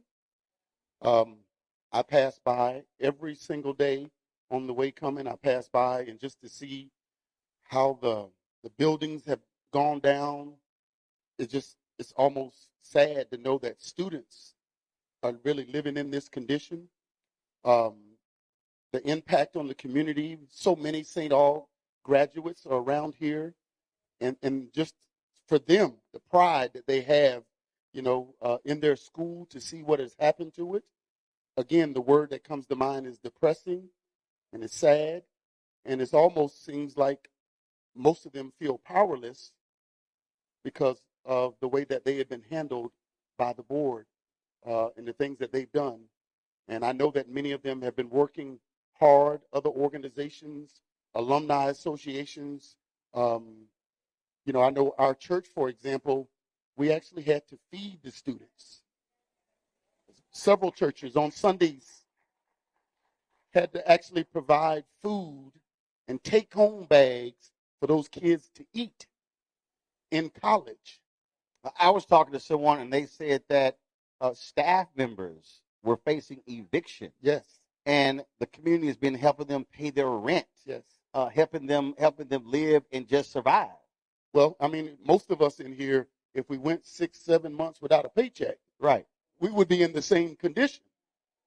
And so you have to imagine if you're on your job and they told you you weren't getting paid for months, but you were still coming to work, how you would feel about those individuals. But that shows how much people really love the university and how the community, this is a community partnership between this church and that school. The amount of alumni that have come through here and the things that we have partnered with St. Aug to do to see what has happened, and the amount of presidents that keep going through. and it just has been sad. Alfredo. Really sad. As a child of the community and the neighborhood surrounding the campus, it's heartbreaking because there are students who have been entrusted to that campus by their parents, and they have come there. They don't have food, they don't have safe living conditions, and they have an administration that does not care. The community has stepped up in a way that is phenomenal because they have fed students, they have paid for graduations, they have paid for faculty mortgages, bills, but we have an administration that keeps giving their behinds for us to kiss. St. Augustine's University was my first experience with college. I played on that campus as a child. For me, that's home. And anybody that knows me knows that it's personal. I'm a parent. I'm a grandparent. I can't send my children to St. Augustine's University in the state that it's in now. That would be insane. But we expect other people to do the same. Mm-hmm. And the community surrounding the campus now, the face of the community has changed. Anyone going through the neighborhood sees now that the community homes, the families that were there have been forced out. You have $1 million homes that now surround our campus. The community itself, and some of those people, believe it or not, want to help save our university. They're willing to write checks to save our university. But how can you ask someone to do that when you have a board of trustees, a board president who's an alumnus of the university, who won't even have a conversation about the misdeeds that they've done? Harold, do you believe that this is a deliberate attempt? There's no question that this is a land grab. That's what this has been, okay? Unfortunately, we have participated in a land grab, okay? We have failed. We have failed as a community to understand what is at risk. The loss of opportunity, the loss of employment, the loss of land itself, which I think is the driving force behind this. There are people who are only interested in that campus because of what they can develop on this side of town. Okay? There are forces at work, and as a community agent, I've been working with a lot of groups, and we recently were looking at tax disparities. Okay? The southeast side of Raleigh has always paid a higher tax than the rest of Raleigh. But what happens now when you have new neighborhoods being developed, $400,000, $500,000, $600,000 houses, those individuals who've been living in their homes for years now can't pay their taxes. So what happens? This is a land grab. This is all part of a land grab, but the shame of it, Martin, is we have participated. We, in terms of us as alumni, we should have been done called their hand. We should have been them called their hand. There have been evidence that they were not up to the job for over 10 years. You know? They hurt our community. First of all, they isolated themselves away from our community. You came in and saw Dr. Ward, right? This was an attempt to bring the school back into the community. Okay? His process would have helped done that. Okay? But we now find ourselves, and even before him, where the leadership came from the outside and didn't engage the community. Right. So how can you get community support if you don't engage the community? And that was the point, Pastor, that I was making at the top with that letter. How do you think you're going to get financial support if you're not even talking to the very people who care the most about the university? Yes. Go ahead.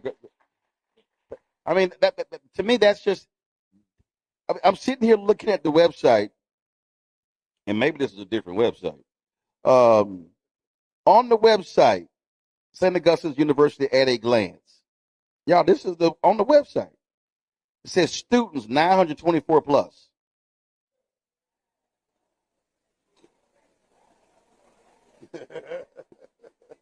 Okay, I guess y'all think I'm lying. It probably has been updated in years. It's 924 plus. What year was it last? No. It's about SAU. It says St. Augustine University at a glance, facts and figures that make SAU a place where students thrive. Sitting on, literally, this is the text on the website. St. Augustine's University was established in 1867 in Raleigh, North Carolina by the Episcopal Diocese of North Carolina, a 4-year liberal arts university with an average enrollment of approximately 1,000. SAU sits on 105 lush acres just north of downtown. So I think the only thing on here that's accurate is 1867 and 105 lush acres. So from a community standpoint, what's next?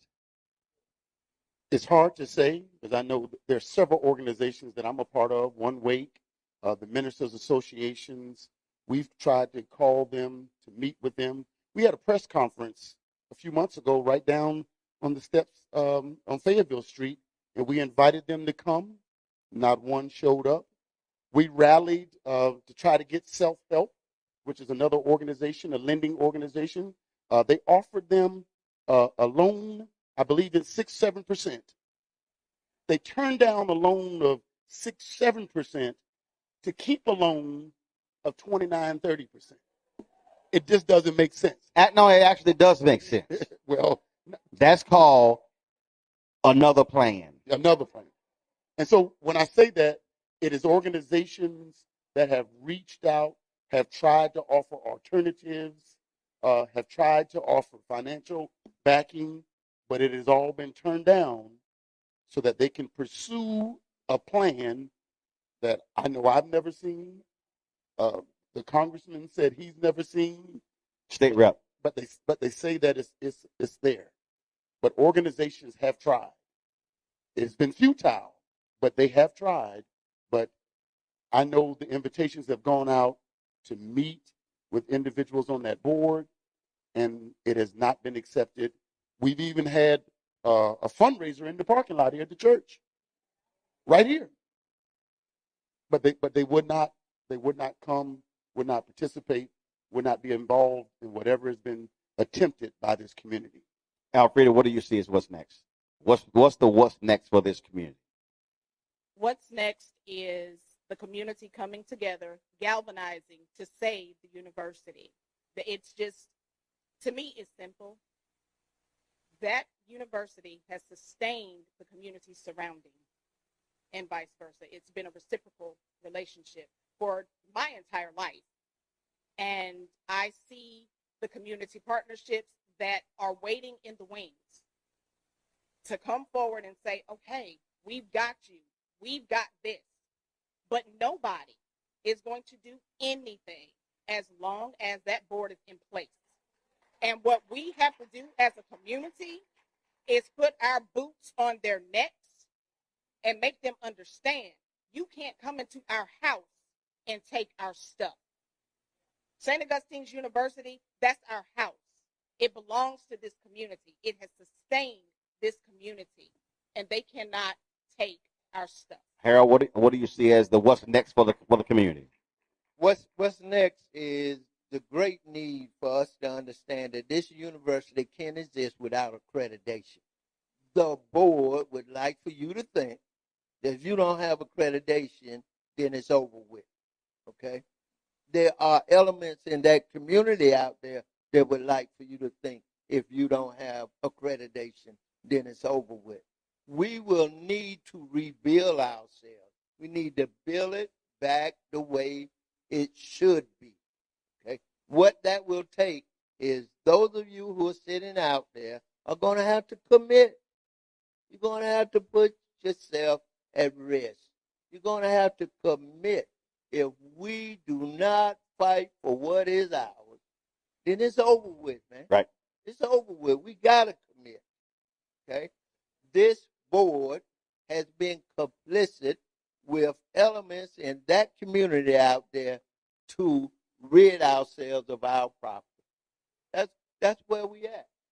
You know? All right, folks, we appreciate y'all being on the panel. When we come back, we'll chat with national alumni, and then we'll talk to some other folks, including organization you were talking about who offered financial support. All that next, right here in Roland Martin Unfiltered on the Black Star Network, live from Martin Street Baptist Church. This week on The Other Side of Change. We're going to examine how foreign policy impacts domestic policy and how domestic policy impacts foreign policy. We are all intertwined, and we're going to have Hannah Reed help us break down that topic. We should not want our country to be the big bad wolf of the globe, because that puts us in a really vulnerable position safety-wise as well. Only on The Other Side of Change on the Black Star Network.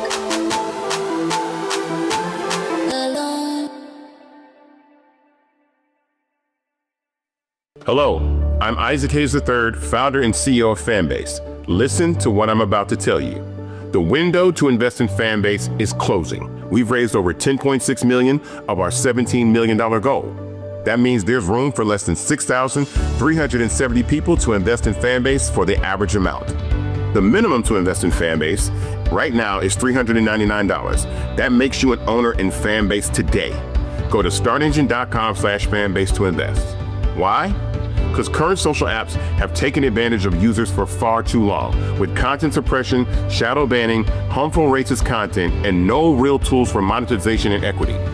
Fanbase has over 1.4 million users and counting, allowing anyone to reach all their following and monetize their content from day one. Social media is the new TV, and whoever owns the apps that distribute that content have the opportunity to own potential billion-dollar companies. While big platforms with uncertain futures are failing to serve their users, Fanbase is stepping up to fill the gap. Don't wait until it's too late. Invest now, invest for yourself and your future. Go to startengine.com/fanbase and own the next generation of social media.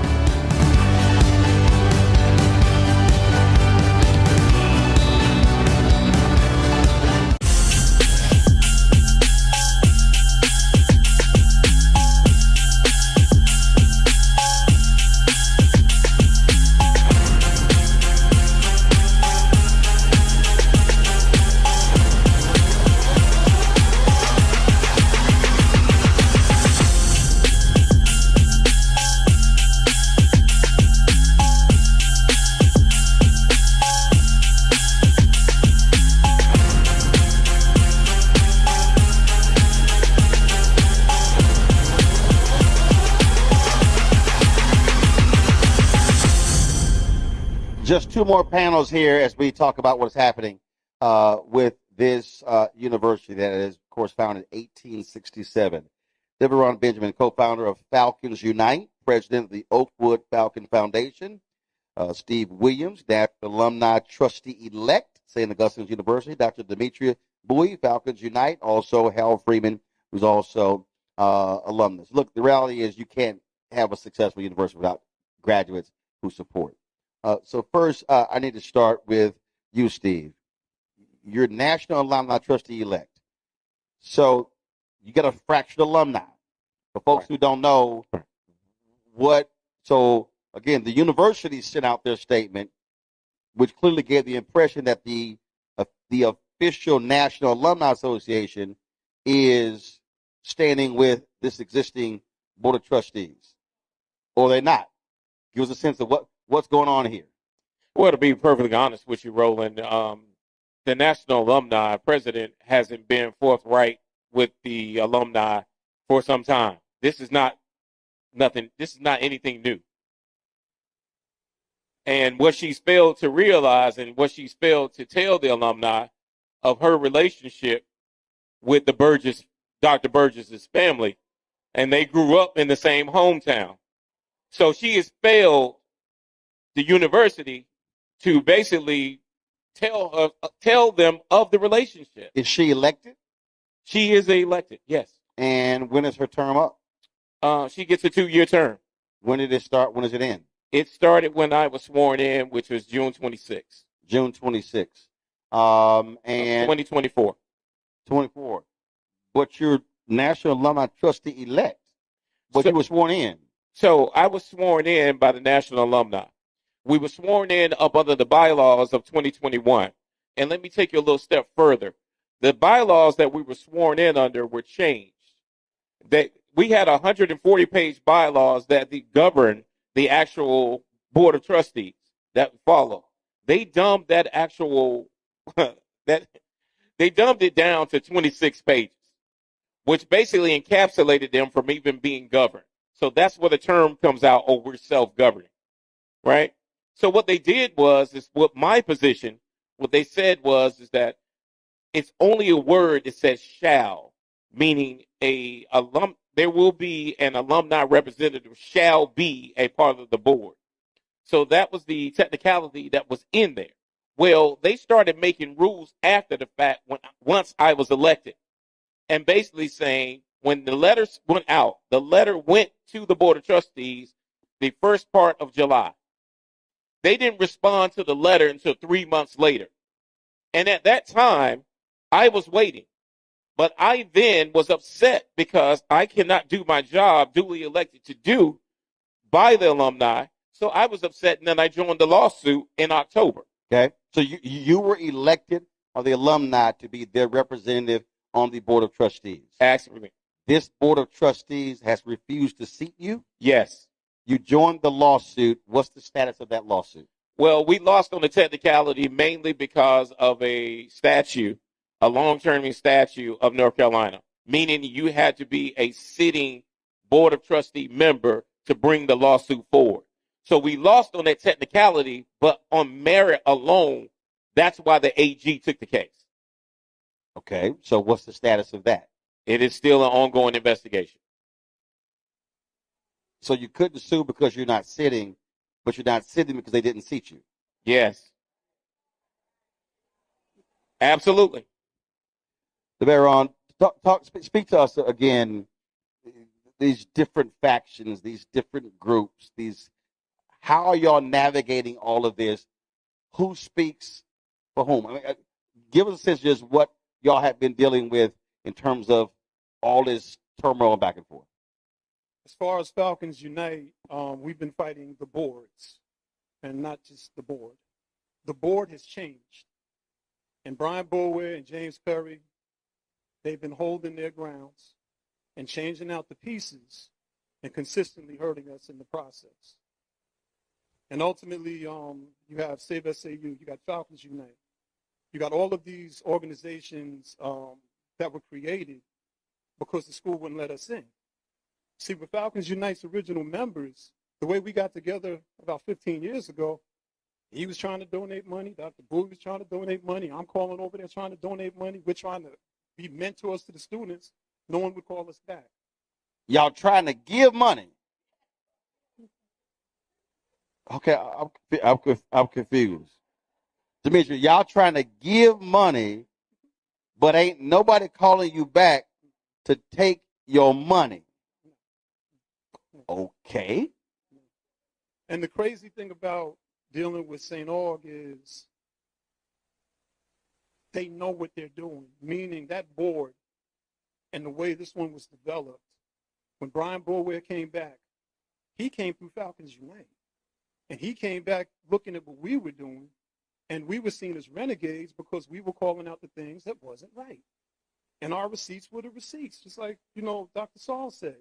And the thing about it was we never wanted to be a part of the university as far as, being an employer or anything, but we were concerned alumni. And we were the generation that was sort of that gap, that transgenerational gap. So you got the older generation, they got the money. We're sort of trying to get the money or getting the money. And then the younger folk are looking at us like, we ain't got no money, but we listening to y'all. But St. Aug wasn't listening to nobody. And when Brian Boulware and James Perry in particular did what they did, the bait and switch, you had somebody like Roderick Miller, who was the vice chair of the board of trustees. And if you Google Roderick Miller, He was the #1 economist in the country. So we're talking about needing money, but we got the #1 economist in the country on our board. But you know what they did to him? They wrecked him. And what I mean by that is he was strong enough to withstand what they were doing. But everybody has a reputation. Who wants to be a part of something where you know something ain't right, and then every time you come, you hear about board members disrespecting women? I know I've been on many a phone call with certain board members, and they've said some things about women, and I checked them in real time. Grandma raised me. You can't call women bees and stuff like that. You can't. It's not happening. You can't do that. And I mean, you know, I don't understand the slander laws and stuff like that, or the libel laws or whatever. But if I could say everything I wanted to say, it would start with Brian Boulware and it would start with James Perry. James Perry, you were my father's friend. They went to high school together. And the fact that you're disrespecting our legacy like this, James Perry, is disgusting. You have a building that's worth $80 million named after you. You've been in legal and law. All of those law people, lawyers that are on the board, y'all know what y'all doing. Stop. Y'all know what y'all doing. Like, we know what y'all doing. There's no mystery to this corruption. There's no mystery to this corruption. And watch this. Brian Boulware, when he came through Falcons Unite, he's all up in our group. Yeah, you know, you all are right. You know, let's get all the bad people out of there. Not knowing that this knucklehead was going to come up in there and start tripping. And when I say tripping, they can't talk to us because everybody on here and our other members, we talk to board members. We talked to the presidents. We talked to faculty and staff. When they did what they did and pulled all of that money somewhere, something ain't making sense, Roland. The money just was there, and the money just wasn't there. And then you got somebody like my son, who, when he was talking about what they did to him, do you know what that did to us as a family? Because I know what they were doing. I know what they were doing. And I'm saying, no, my son, he wanted to go to St. Augustine. And he went. And we talk about failing our children. It's a double failure because we fighting for the legacy. Now you got my child, my niece, and all the students that we were bringing, because they always used to say about the under 50s, y'all don't bring no money. Well, how are we supposed to do it? Bring students. We started bringing students to the school. And all they kept doing with misinformation and lying is lying on people like us. For instance, Deborah Clark Jones. The way Brian introduced her to me, I would have thought that Deborah Clark Jones was the worst thing in the world. But the thing about it was, we had our own minds. That's the beauty of Falcons Unite. We're independent. You can't control us. And then we double back and push back on them like, wait a minute, you said A, B, and C about Deborah Clark Jones, but what'd you just say about that woman over here? Mainly, these people have been disrespecting and bullying people for a long time. Demetri, this university got $35 million from COVID funds. And we're talking about loan forgiveness. We're talking about significant dollars. That was 2020, 2021. I have talked to other HBCUs that's talked about how that money saved them, allowed them to pay off debt, things along those lines. I do not understand how they got $35 million, and here we are 5 years later talking about how bad this is. Roland, I think somebody stole the money. Roland, they told my son he owed 12 grand. He's a legacy student. How you owe 12 grand? You didn't. They never even gave my son a refund.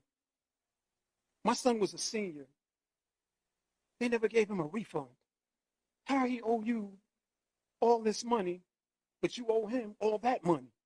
And then when you call them on it, they don't say nothing. They hide. That's what cowards do. That's what they do. Take advantage of children, take advantage of women, disrespect people, bully people, run through the campus. But see, the funny thing about it is, it wasn't weakness with some of these people that got ran up out of there. It was their pride, their sense of being, their sense of God. Because all that stuff about being postal and stuff, it should have applied for some of those things before. Please, God, forgive me for what I just said. Demetri, go ahead. Just to add on to what Devon was saying, to answer your question, Dr. Christine Metfeld did what she was supposed to do with the money. if you remember, you said the key word, COVID. So what happened during COVID? The kids were sent home. Dr. McPhail applied that COVID money to those children's accounts. Everybody had a 0.00 account. So it's weird when the children are saying, how did I get a $40,000 balance? How did I get a $16,000 balance? How did I get a $5,000 balance when I had a zero balance? And I just want to pivot a little bit because I'm the mental health professional on the team. I'm a therapist. And I tell this story a lot of times to the alumni when we have our Zoom meetings. The treatment that these individuals inflicted on not only the students, but the staff is egregious, to say, put it kindly. You had children, and they're children to me, but young adults, who could not concentrate on their studies because they got a $40,000 balance, and they're coming from homes where mom and dad are trying to make it and send their last to them. How can they concentrate on their studies? Then you have board members bullying them. And then let's pivot to the staff. I got a call from Devron. We have a group chat. And a staff member, they were like, D, we need you. Because we have a staff member who, trigger warning, is contemplating suicide because they can't pay their bills, utilities, mortgage, and everything. And I live 2 hours away. I live in Charlotte. It was no way I could get here on time to say that I'm doing an assessment on the phone. I have my other phone. I'm on the phone with crisis assessment, like, hey, this person down at this address, hey, what's going on? I'm doing a suicide assessment to make sure that they're, just to keep them on the phone in order to get mobile crisis there so they're not going to act on anything. This is what Brian Bulwer, Judge Perry, and the rest of the board have inflicted not only on the students, but the faculty and staff. And to think that you can sleep peacefully at night, to think that you have children who are in institutions, and if your child was treated in the manner in which you're treating someone else's child, you would be ready to tear the school up. But that is what we've been dealing with, Roland, for the last 15 years. Carol. Another thing I want to pivot off of what Demetri was saying is that all of the things that people may have seen us do on campus for the students, another arm that we have under our umbrella, Student Alumni United, where we tried to be that bridge for those students in the midst of all the chaos, to give them financial support when they need it. We bought batteries, we bought tires for cars so kids could get home, plane tickets, you name it. If a student or somebody needed some sort of assistance in the midst of all that has been going on within the past 3 years especially, we tried to give that support so that they could persevere and see it through. We don't know what's going on with the administration. We don't know what their true intents are. We don't know what the plan is. So our focus was on the students, because if my child was there, I would want an alumni or somebody to be able to be that bridge for them when I can't be there. And that's when we would go through great pains, and we would raise money with alumni to have cookouts for the kids, to try to boost morale for the kids. I personally help kids get jobs at UPS, where I work at. And we tried to do everything that we could to help the continuity of life on campus. And everything that we have ever done, we have always dropped the line to the administration, to the president, and told him this is what we're wanting to do. And sometimes it got to the point where I said, you know what, this is what we're doing. And there have been times that we have actually come on campus just to do a check, and they would try to keep us off campus to keep us away from the kids. So in turn, we moved that last cookout that we did for the kids here. And we had that here for the kids. And they have always been very grateful, appreciative. Our phone lines in that chat that she spoke of, it blew up all the time. And there has never been a time where there was a staff member or a student in need that we didn't put the call out and the alumni come together and we were able to put that fire out and help that person. We need people to understand that what's going on at St. Aug is not a problem with the institution. It is a problem with the board and management. The institution will be fine. You have alumni here that care about the institution and care about these students and want to see this legacy go on. So that narrative that there may not be people out there that care about the school, we care about St. Aug and we are here. We just need an actionable path forward.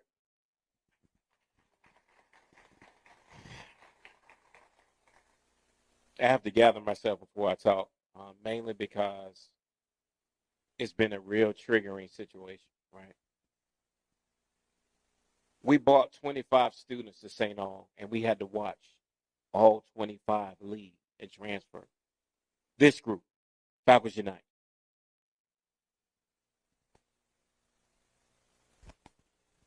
Alumni sat me in this seat because they know I can't be bullied.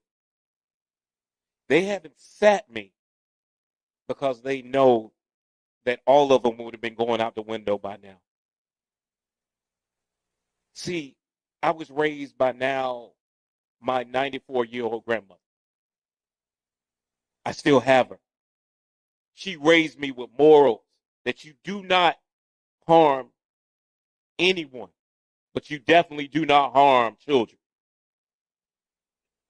What this board has done has caused a lot. I mean, sitting there listening to these students talk about their experience, listen to my nephew's experience and seeing what he had to go through. Understanding that these students, 80% of the students that come to St. Aug are first-gen students. So what does that mean? That means their families basically pony up what they could to send them to there so they can make a way. They can be the difference in their family.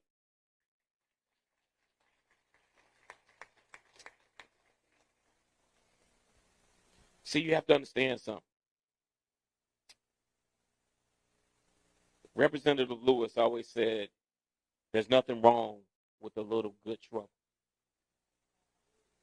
But see, this board doesn't understand that. They'll champion that. They'll say, yes, there's nothing wrong with good trouble.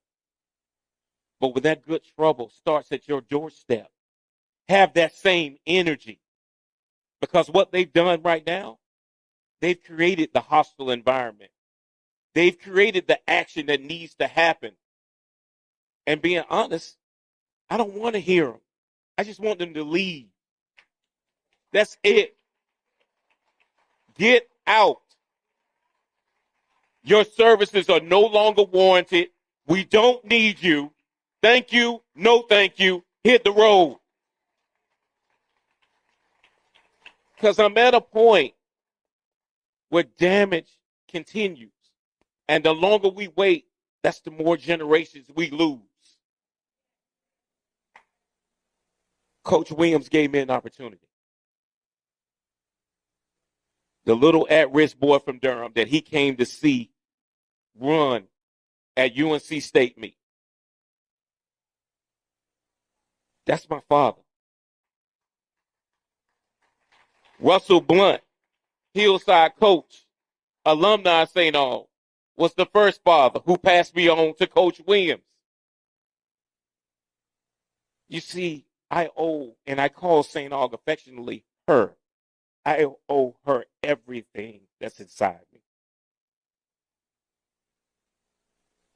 For 15 years, we have fought several boards, several administrations. We have called out the egregious things that we've seen. We're not going to stop. We are very resilient. The question is not when you're going to leave, is can you outlast us?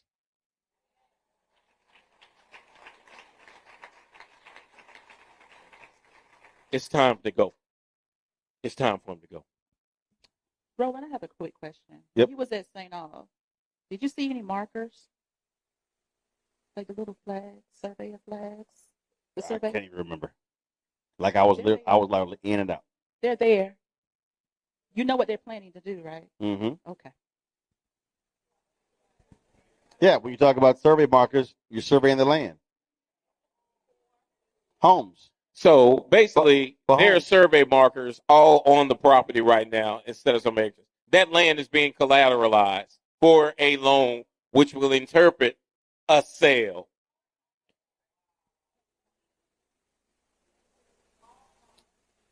There was a conversation yesterday that we had, and I'm going to call him Marcus.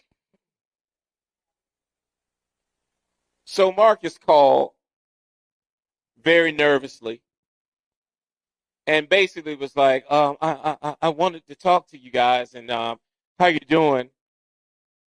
Okay, Merges, what do you want to talk about?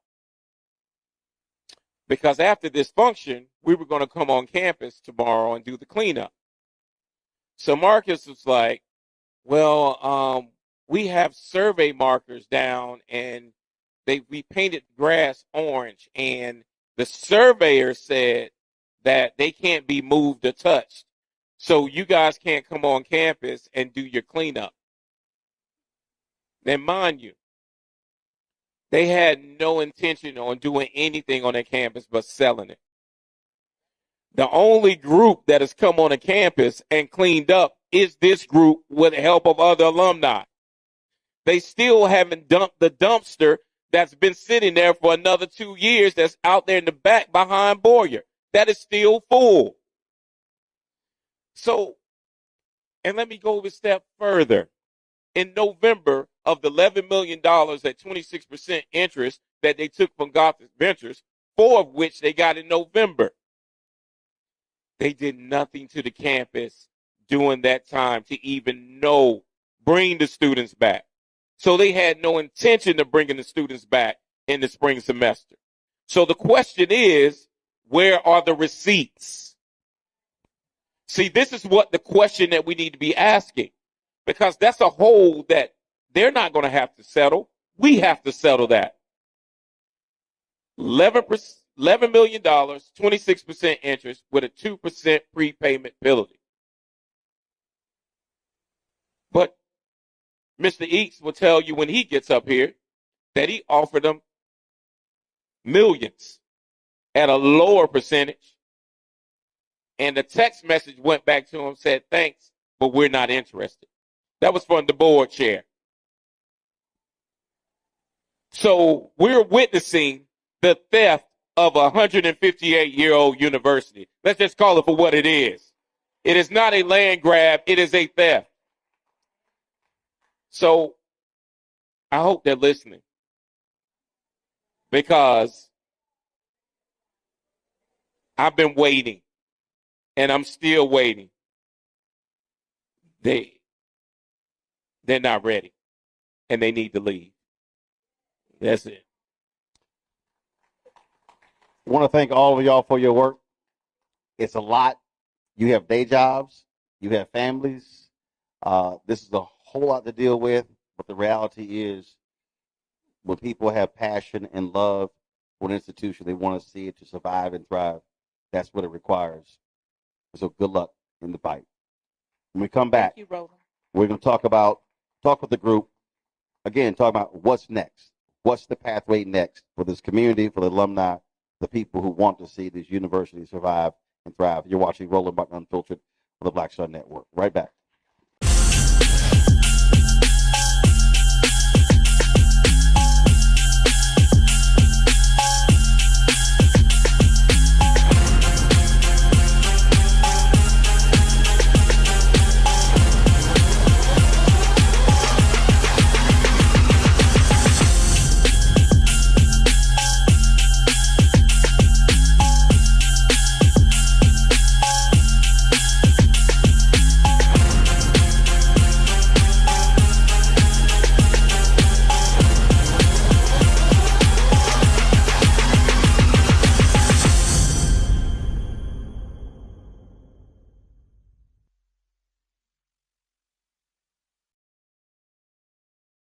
This week on The Other Side of Change. We're going to examine how foreign policy impacts domestic policy and how domestic policy impacts foreign policy. We are all intertwined, and we're going to have Hannah Reed help us break down that topic. We should not want our country to be the big bad wolf of the globe, because that puts us in a really vulnerable position safety-wise as well. Only on The Other Side of Change on the Black Star Network.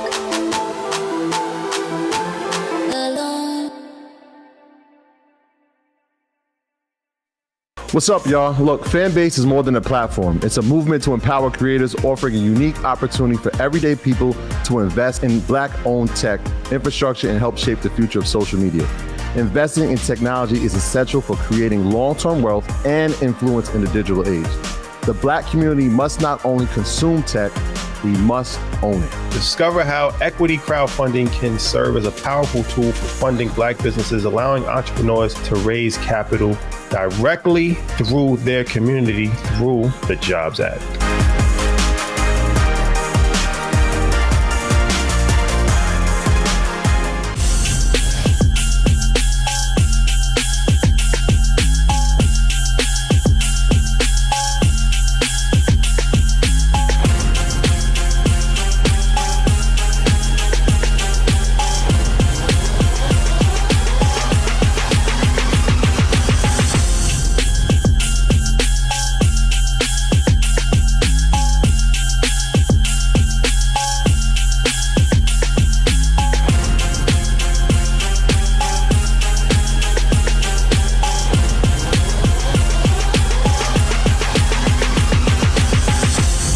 Welcome back to Market Street Baptist Church, our final discussion with our Saint Augustine's Town Hall. Joining me right now is Dr. John Chapman. He helps HBCUs regain accreditation. Benjamin Johnson is the chair of Save SAU Coalition, and Martin Eakes is the CEO of Self-Help Center for Responsible Lending. Put your hands together, please. First and foremost, John, I want to start with you. You saw, I read the letter from the university where they talked about it and how they're trying to go through the arbitration process. The existing accreditation council, that's one way. There are other ways to do it, but we've seen this happen before. The reality is there are other institutions that lost their accreditation over the issue of finances.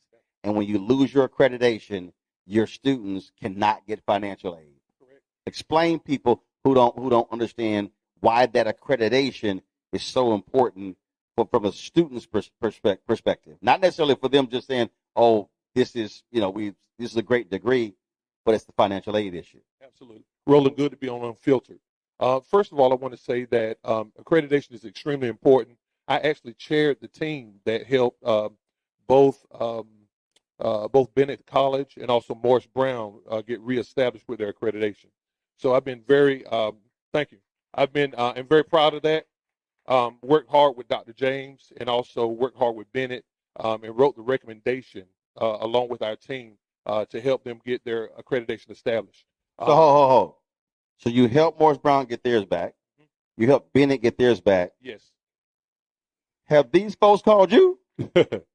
I've tried to insert myself several times as an alum, 1995 alum. Wait, hold on. I want. Again, I mean, I don't want to run past that. If you are an alum of an institution that's lost their accreditation and it's going through a process, and you help two other schools get their accreditation, common sense says they should be running to you for your expertise. And they're like, yeah, we're good. Yeah, well, we had several meetings. They took meetings with me. I guess they felt obligated to, considering my track record. And it wasn't just me. I was working along with the Transnational Association of Christian Colleges and Schools, which is TRACS.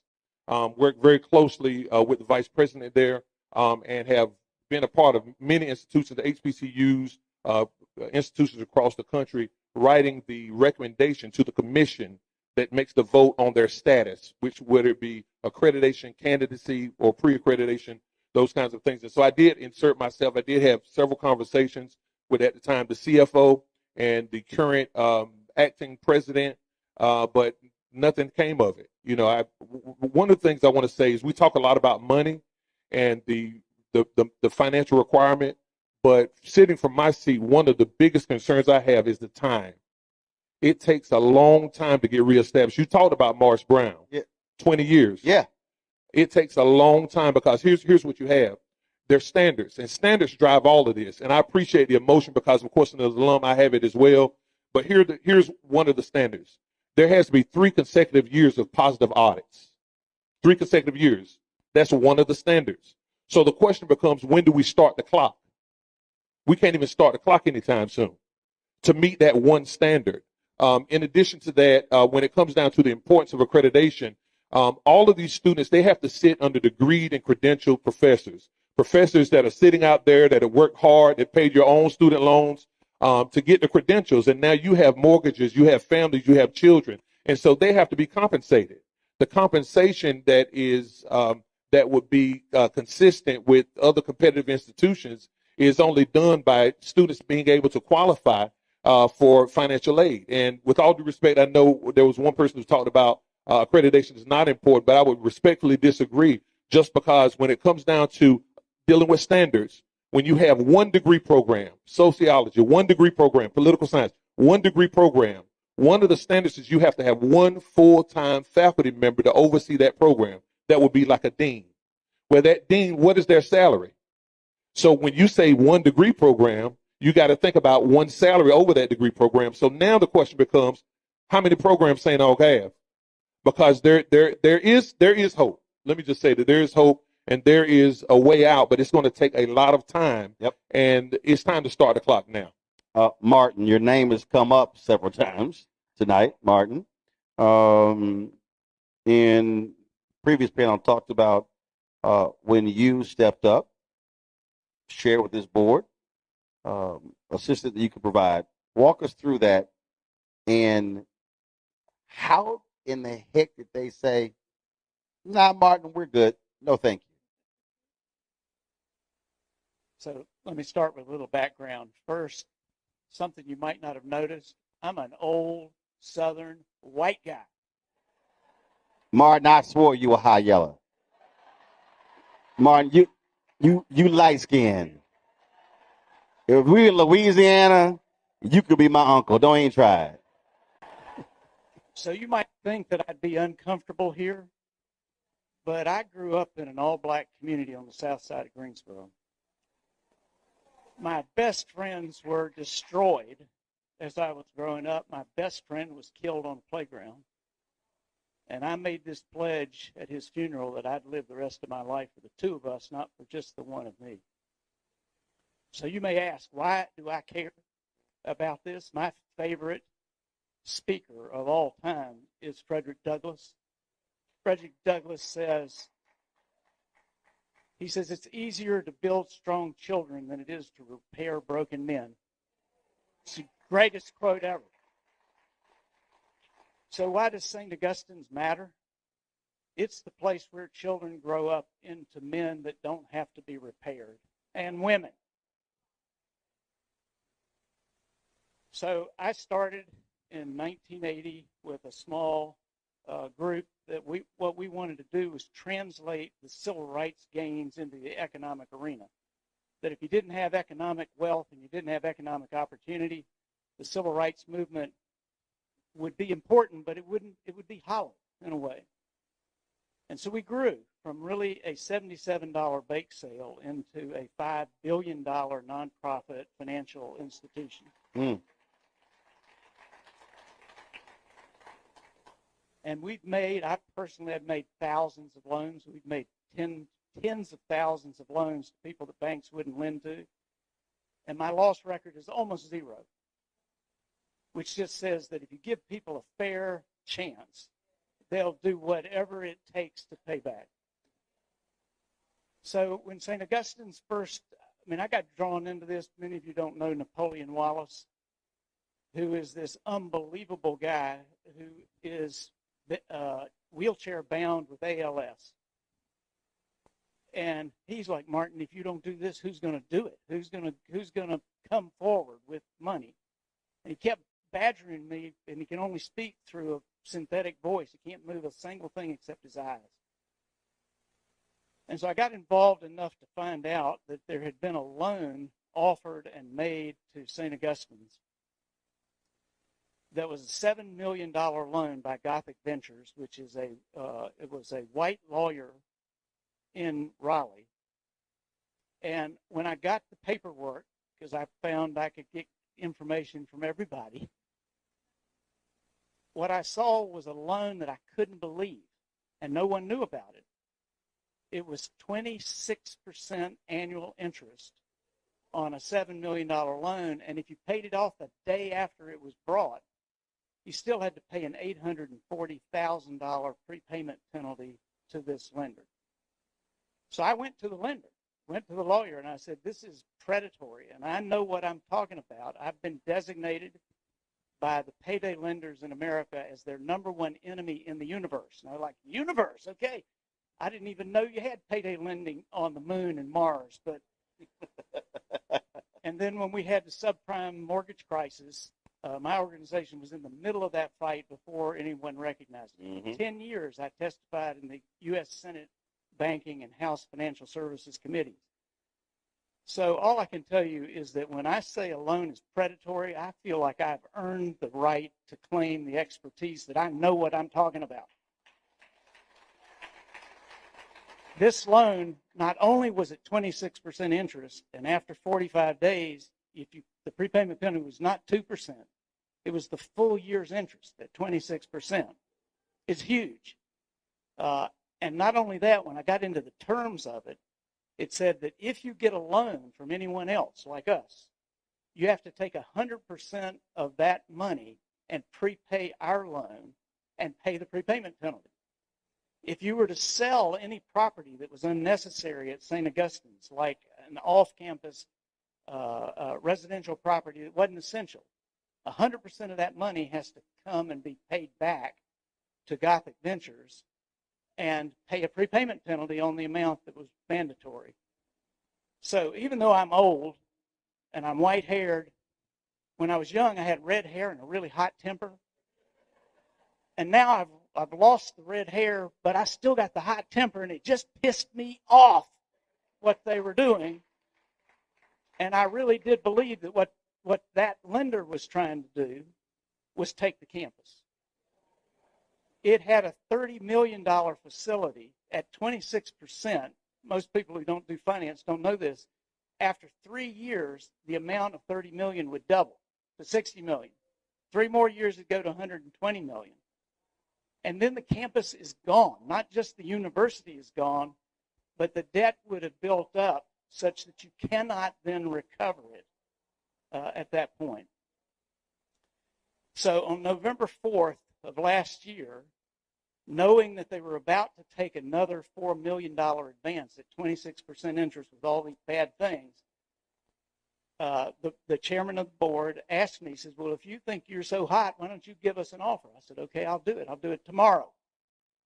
And I wrote out a proposal that said we will provide the first $20 million of financing so that you can pay off the IRS, because IRS, I mean, they don't mess around. Those penalties just keep going. The penalties keep going. It's a criminal offense, and they can come and seize your cash at any time, so you just can't run an organization. To pay that off, to pay off Gothic, although I wanted to have them feel some pain that they didn't get their prepayment penalty back. And then $3 million that would be used for paying back salaries, because at November 4th, there had been 3 or 4 months that the staff and faculty had not been paid. So I put that in, I gave it to the finance committee of the board, I presented it to them, and I did get the message back from the chairman saying, well, I'm going to read it so that I don't get it.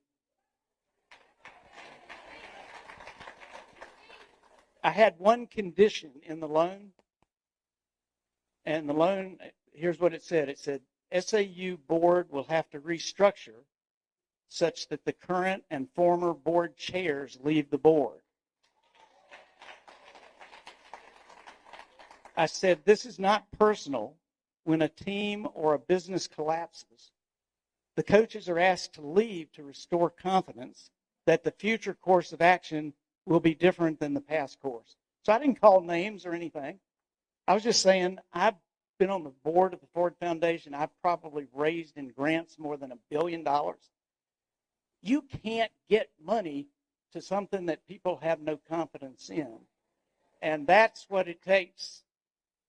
And basically the response I got was, that's a non-starter. You're not getting me off the board. And so here you are presenting a real lifeline that could save the university, that could save this board from an awful transaction they involved them in.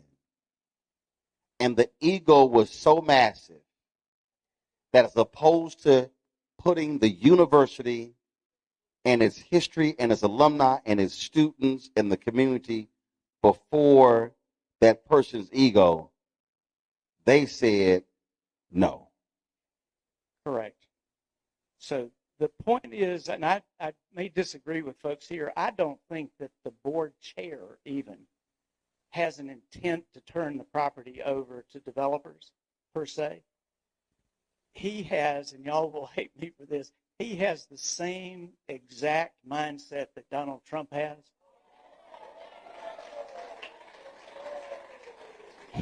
He believes that he is the only person who can actually save Saint Augustine's University, and yet he will be part of the problem because he can't see past himself. Now, what I would say, you've heard the old saying, without vision, the people perish. Yep. That's where we are right now. And what has happened since November 4th, when I made my offer, and it was not the lowest rate, it was still 9%, because the last I checked, 9 is better than 26.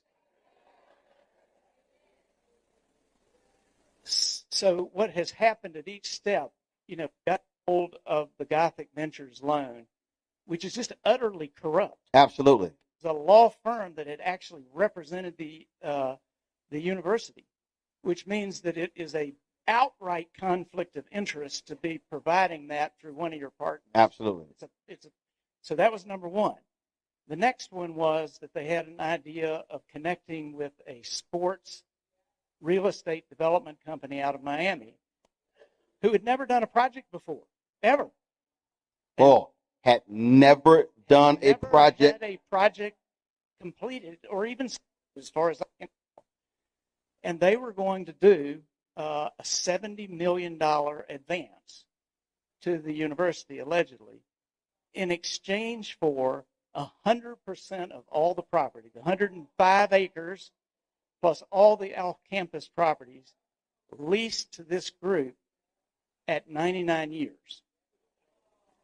So if that had gone through, it would have basically transferred the campus, and it's complicated, but it was all untransparent until we got a hold of it and got the Attorney General involved, who said this doesn't make sense.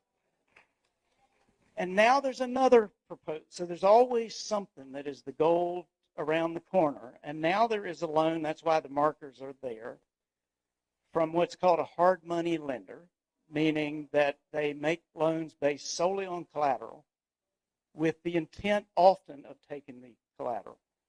And here the loan will be 10 or 12% in the first year, 14 or 15% in the second year, X amount in the third year. So it's a lot better than what the Gothic Ventures loan is. But it's still unsurvivable for the university, that just the excess interest being paid on the Gothic loan, if we'd gone that path, would have required 50 to 60 staff and faculty members to be terminated, simply to pay the interest between 26% and 9%. It doesn't really make any sense at all. And yet I think that the people think they're doing the right thing, that we're the only ones who can save this university. The rest of you folks don't understand what we see. So I think it is a failure of vision a failure of judgment, and yes, perhaps some conflict of interest engaged there. But we're getting to the point where it's almost too late. Right. Not just the accreditation's already been denied 2 or 3 times, but if you get debt that is another 60 or 70 million with an interest rate that's unaffordable, you can't even restart. Right. So this university was started by ex-slaves, white Episcopal people of faith. Those were the folks. Right. I think we're at a point, and so I promise to do this, but I can't believe we're complaining. Y'all need to go occupy the campus. Take it over.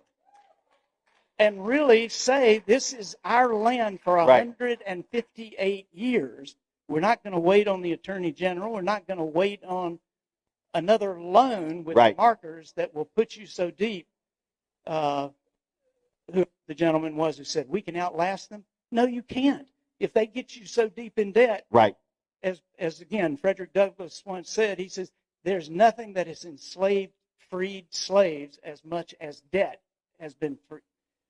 That was his analysis in 1865. Benjamin, so this is, when I walked on that campus, the point that he just made, as I'm looking at it, I first go, the amount of money you're going to have to spend to bring these buildings up to standard. When buildings are not occupied for a long period of time, when they sit there, they deteriorate. We're not talking one building. We're talking multiple. We're talking now millions of dollars. So then when you go the accreditation issue, then you go the loan issue, the debt issue. It's literally as if these folks are not trying to actually save the institution, because there literally is no logic. There's no logic to saying no thank you. There is no logic.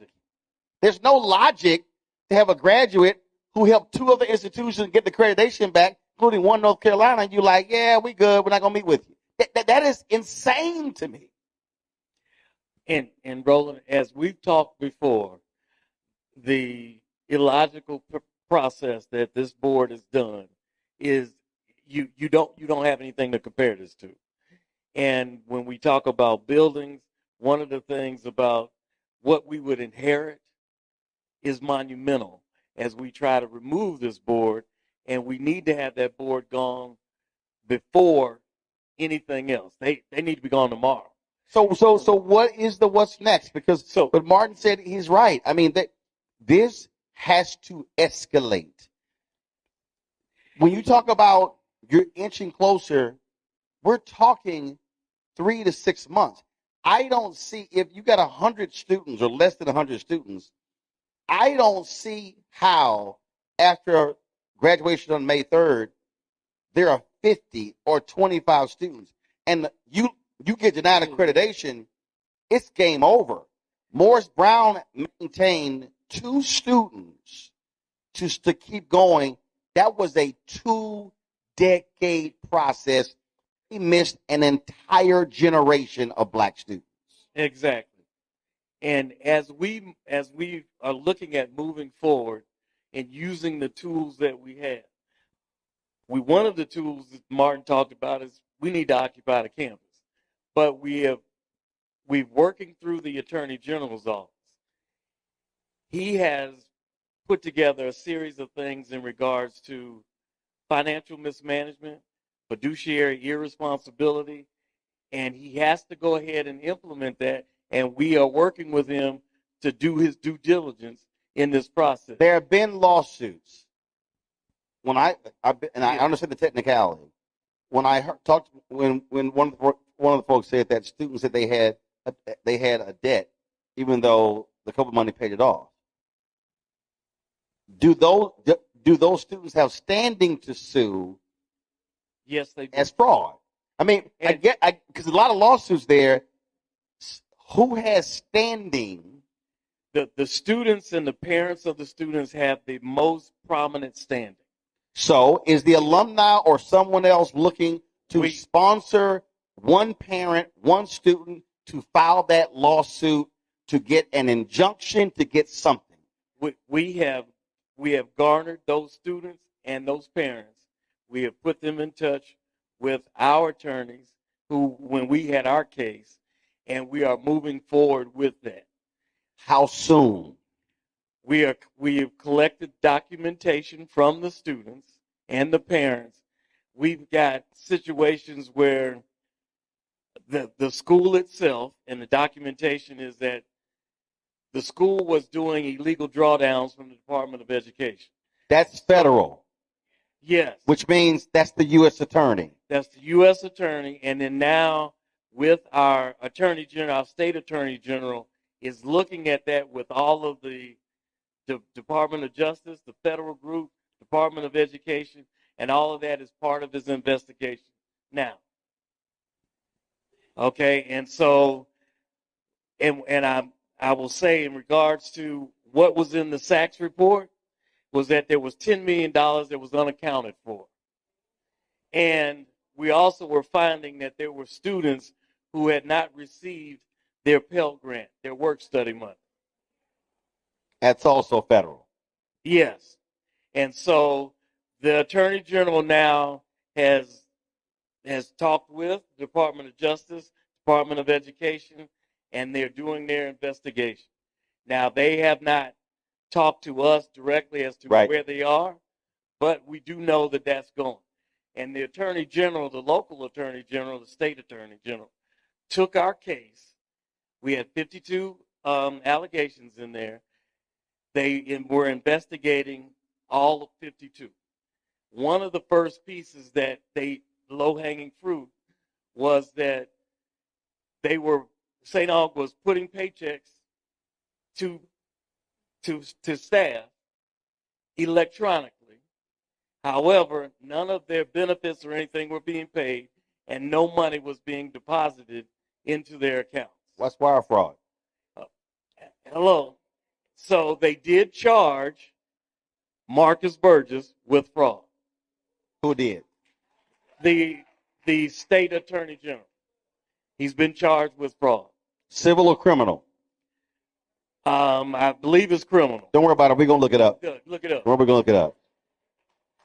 Go ahead. Final comment. Go ahead. Yeah, I want to kind of paint, first of all, timeline. We talked about federal.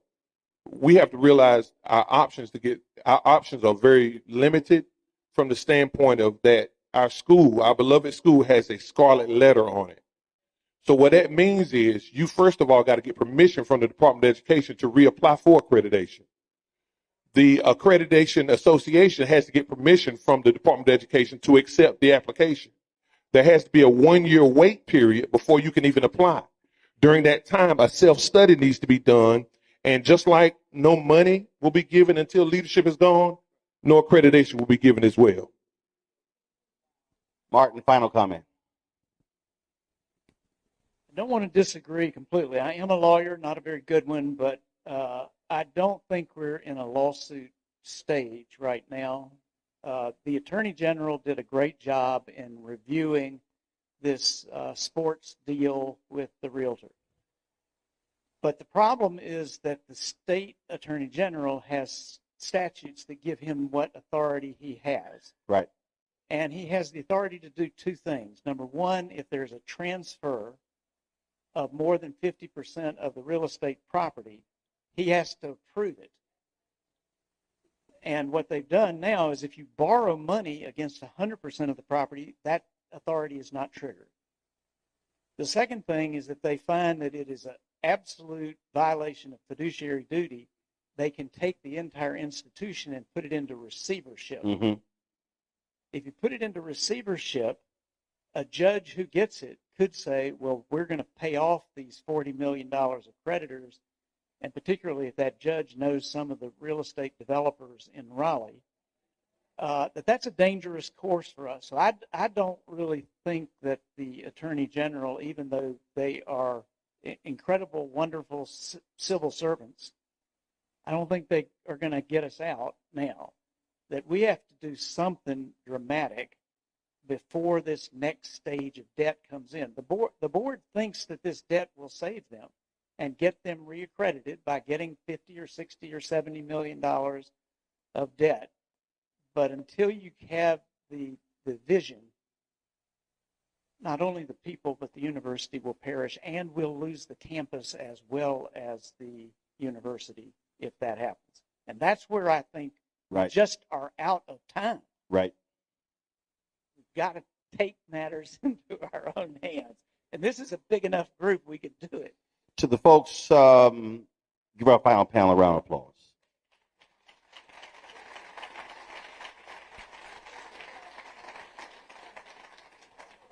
Since Martin talked about Frederick Douglass said, power concedes nothing without a demand, never have, never will. But he also made clear, agitate, agitate, agitate. This is a moment where this community has to escalate this.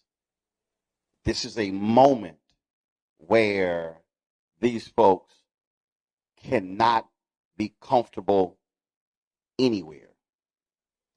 This is a moment where pickets should be unleashed at their houses. This is not about playing nice anymore.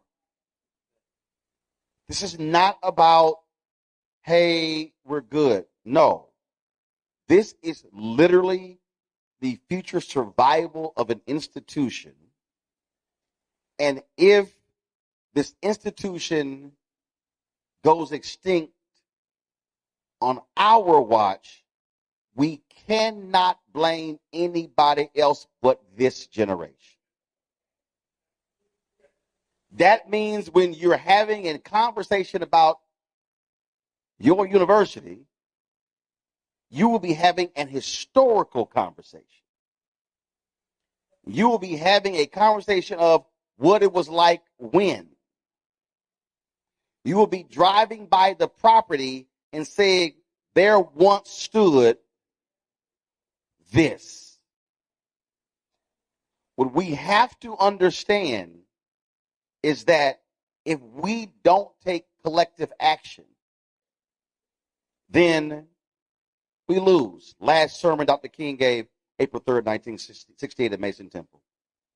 He said, black people individually are poor, but collectively we represent one of the largest economies in the world.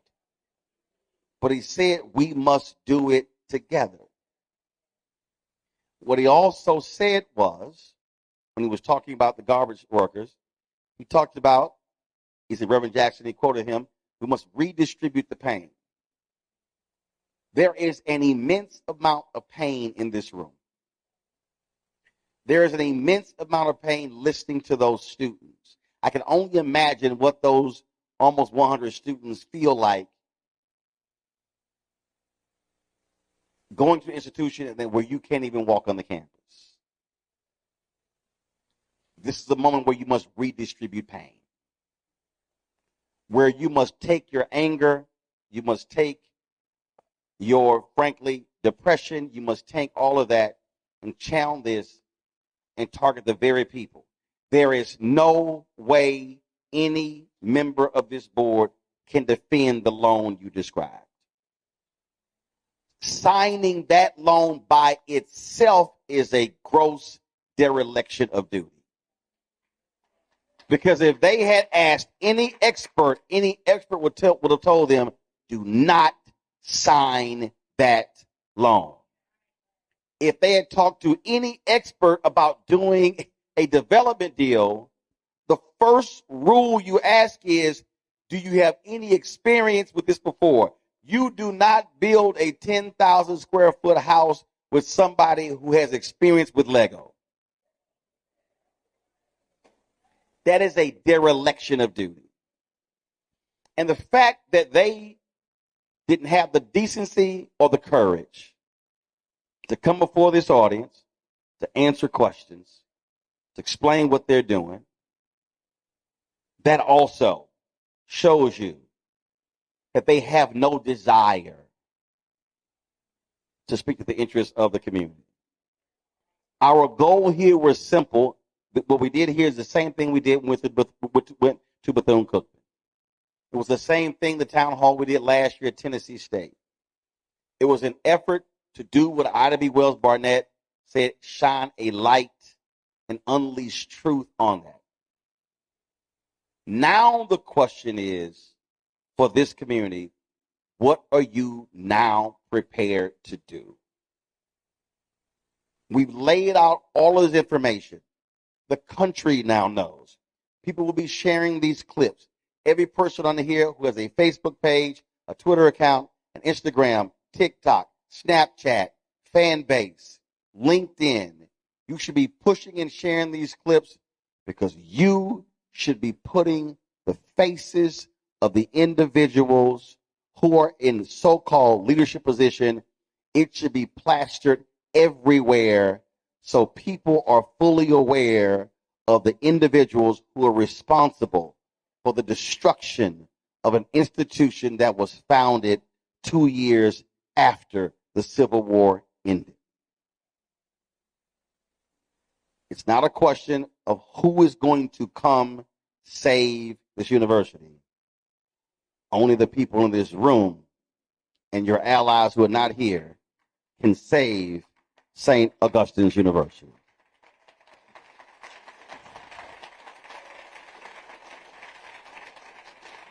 Let me shout out the pastor of this church for allowing us to be able to broadcast this show. Thank you so very much. Thank you so very much, Doc.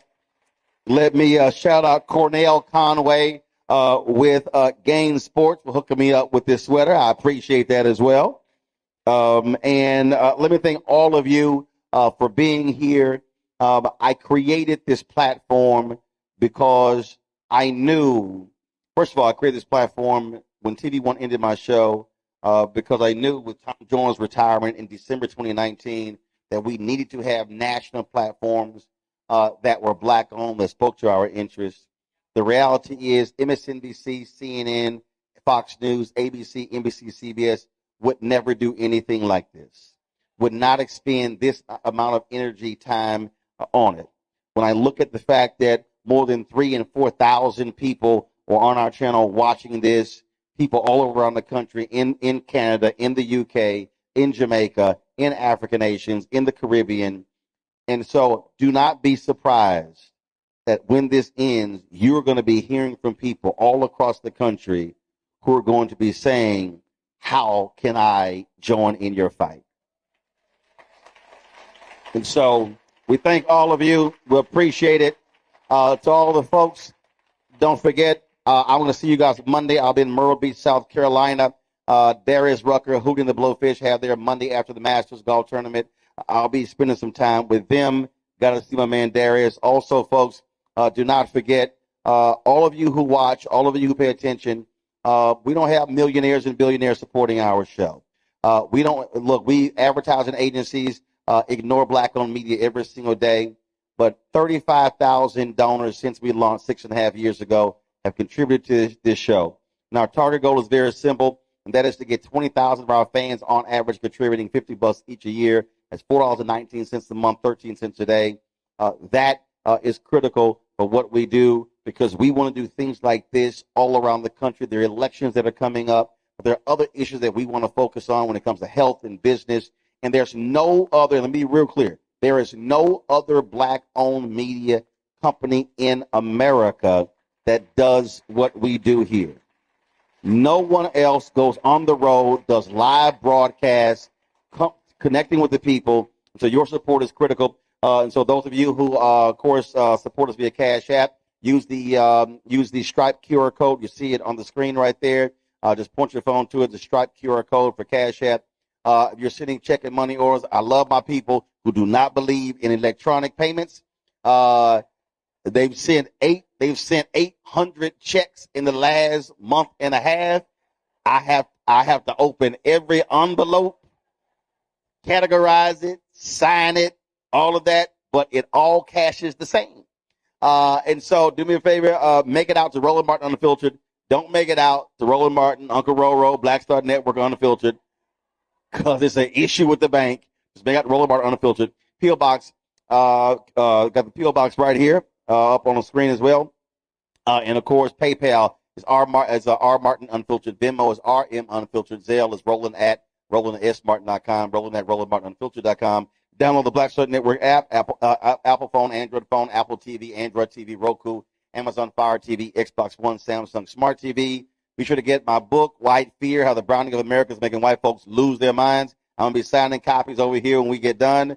And also get the audio version that I read on Audible. All of you out there who want to get our gear, y'all know we have our merchandise. Our new shirt is with the quote, MAGA chose between woke or broke. They chose broke. And also get our other shirt, Don't Blame Me, I Voted for the Black Woman. So go to rolandmartin.creator-spring.com or go to blackstudnetwork.com. And don't forget, download the app Fanbase. And also, if you want to contribute to the crowd fund there as well, go to startengine.com/fanbase. Again, thank all of you. Thank the pastor. Thank the church. Thank the audience as well. Folks, we're going to keep doing what we do as long as there's breath in our bodies, speaking truth to power, even when it comes to people who look like us. Because remember, all skin folk ain't kin folk. Y'all know how I end the show always.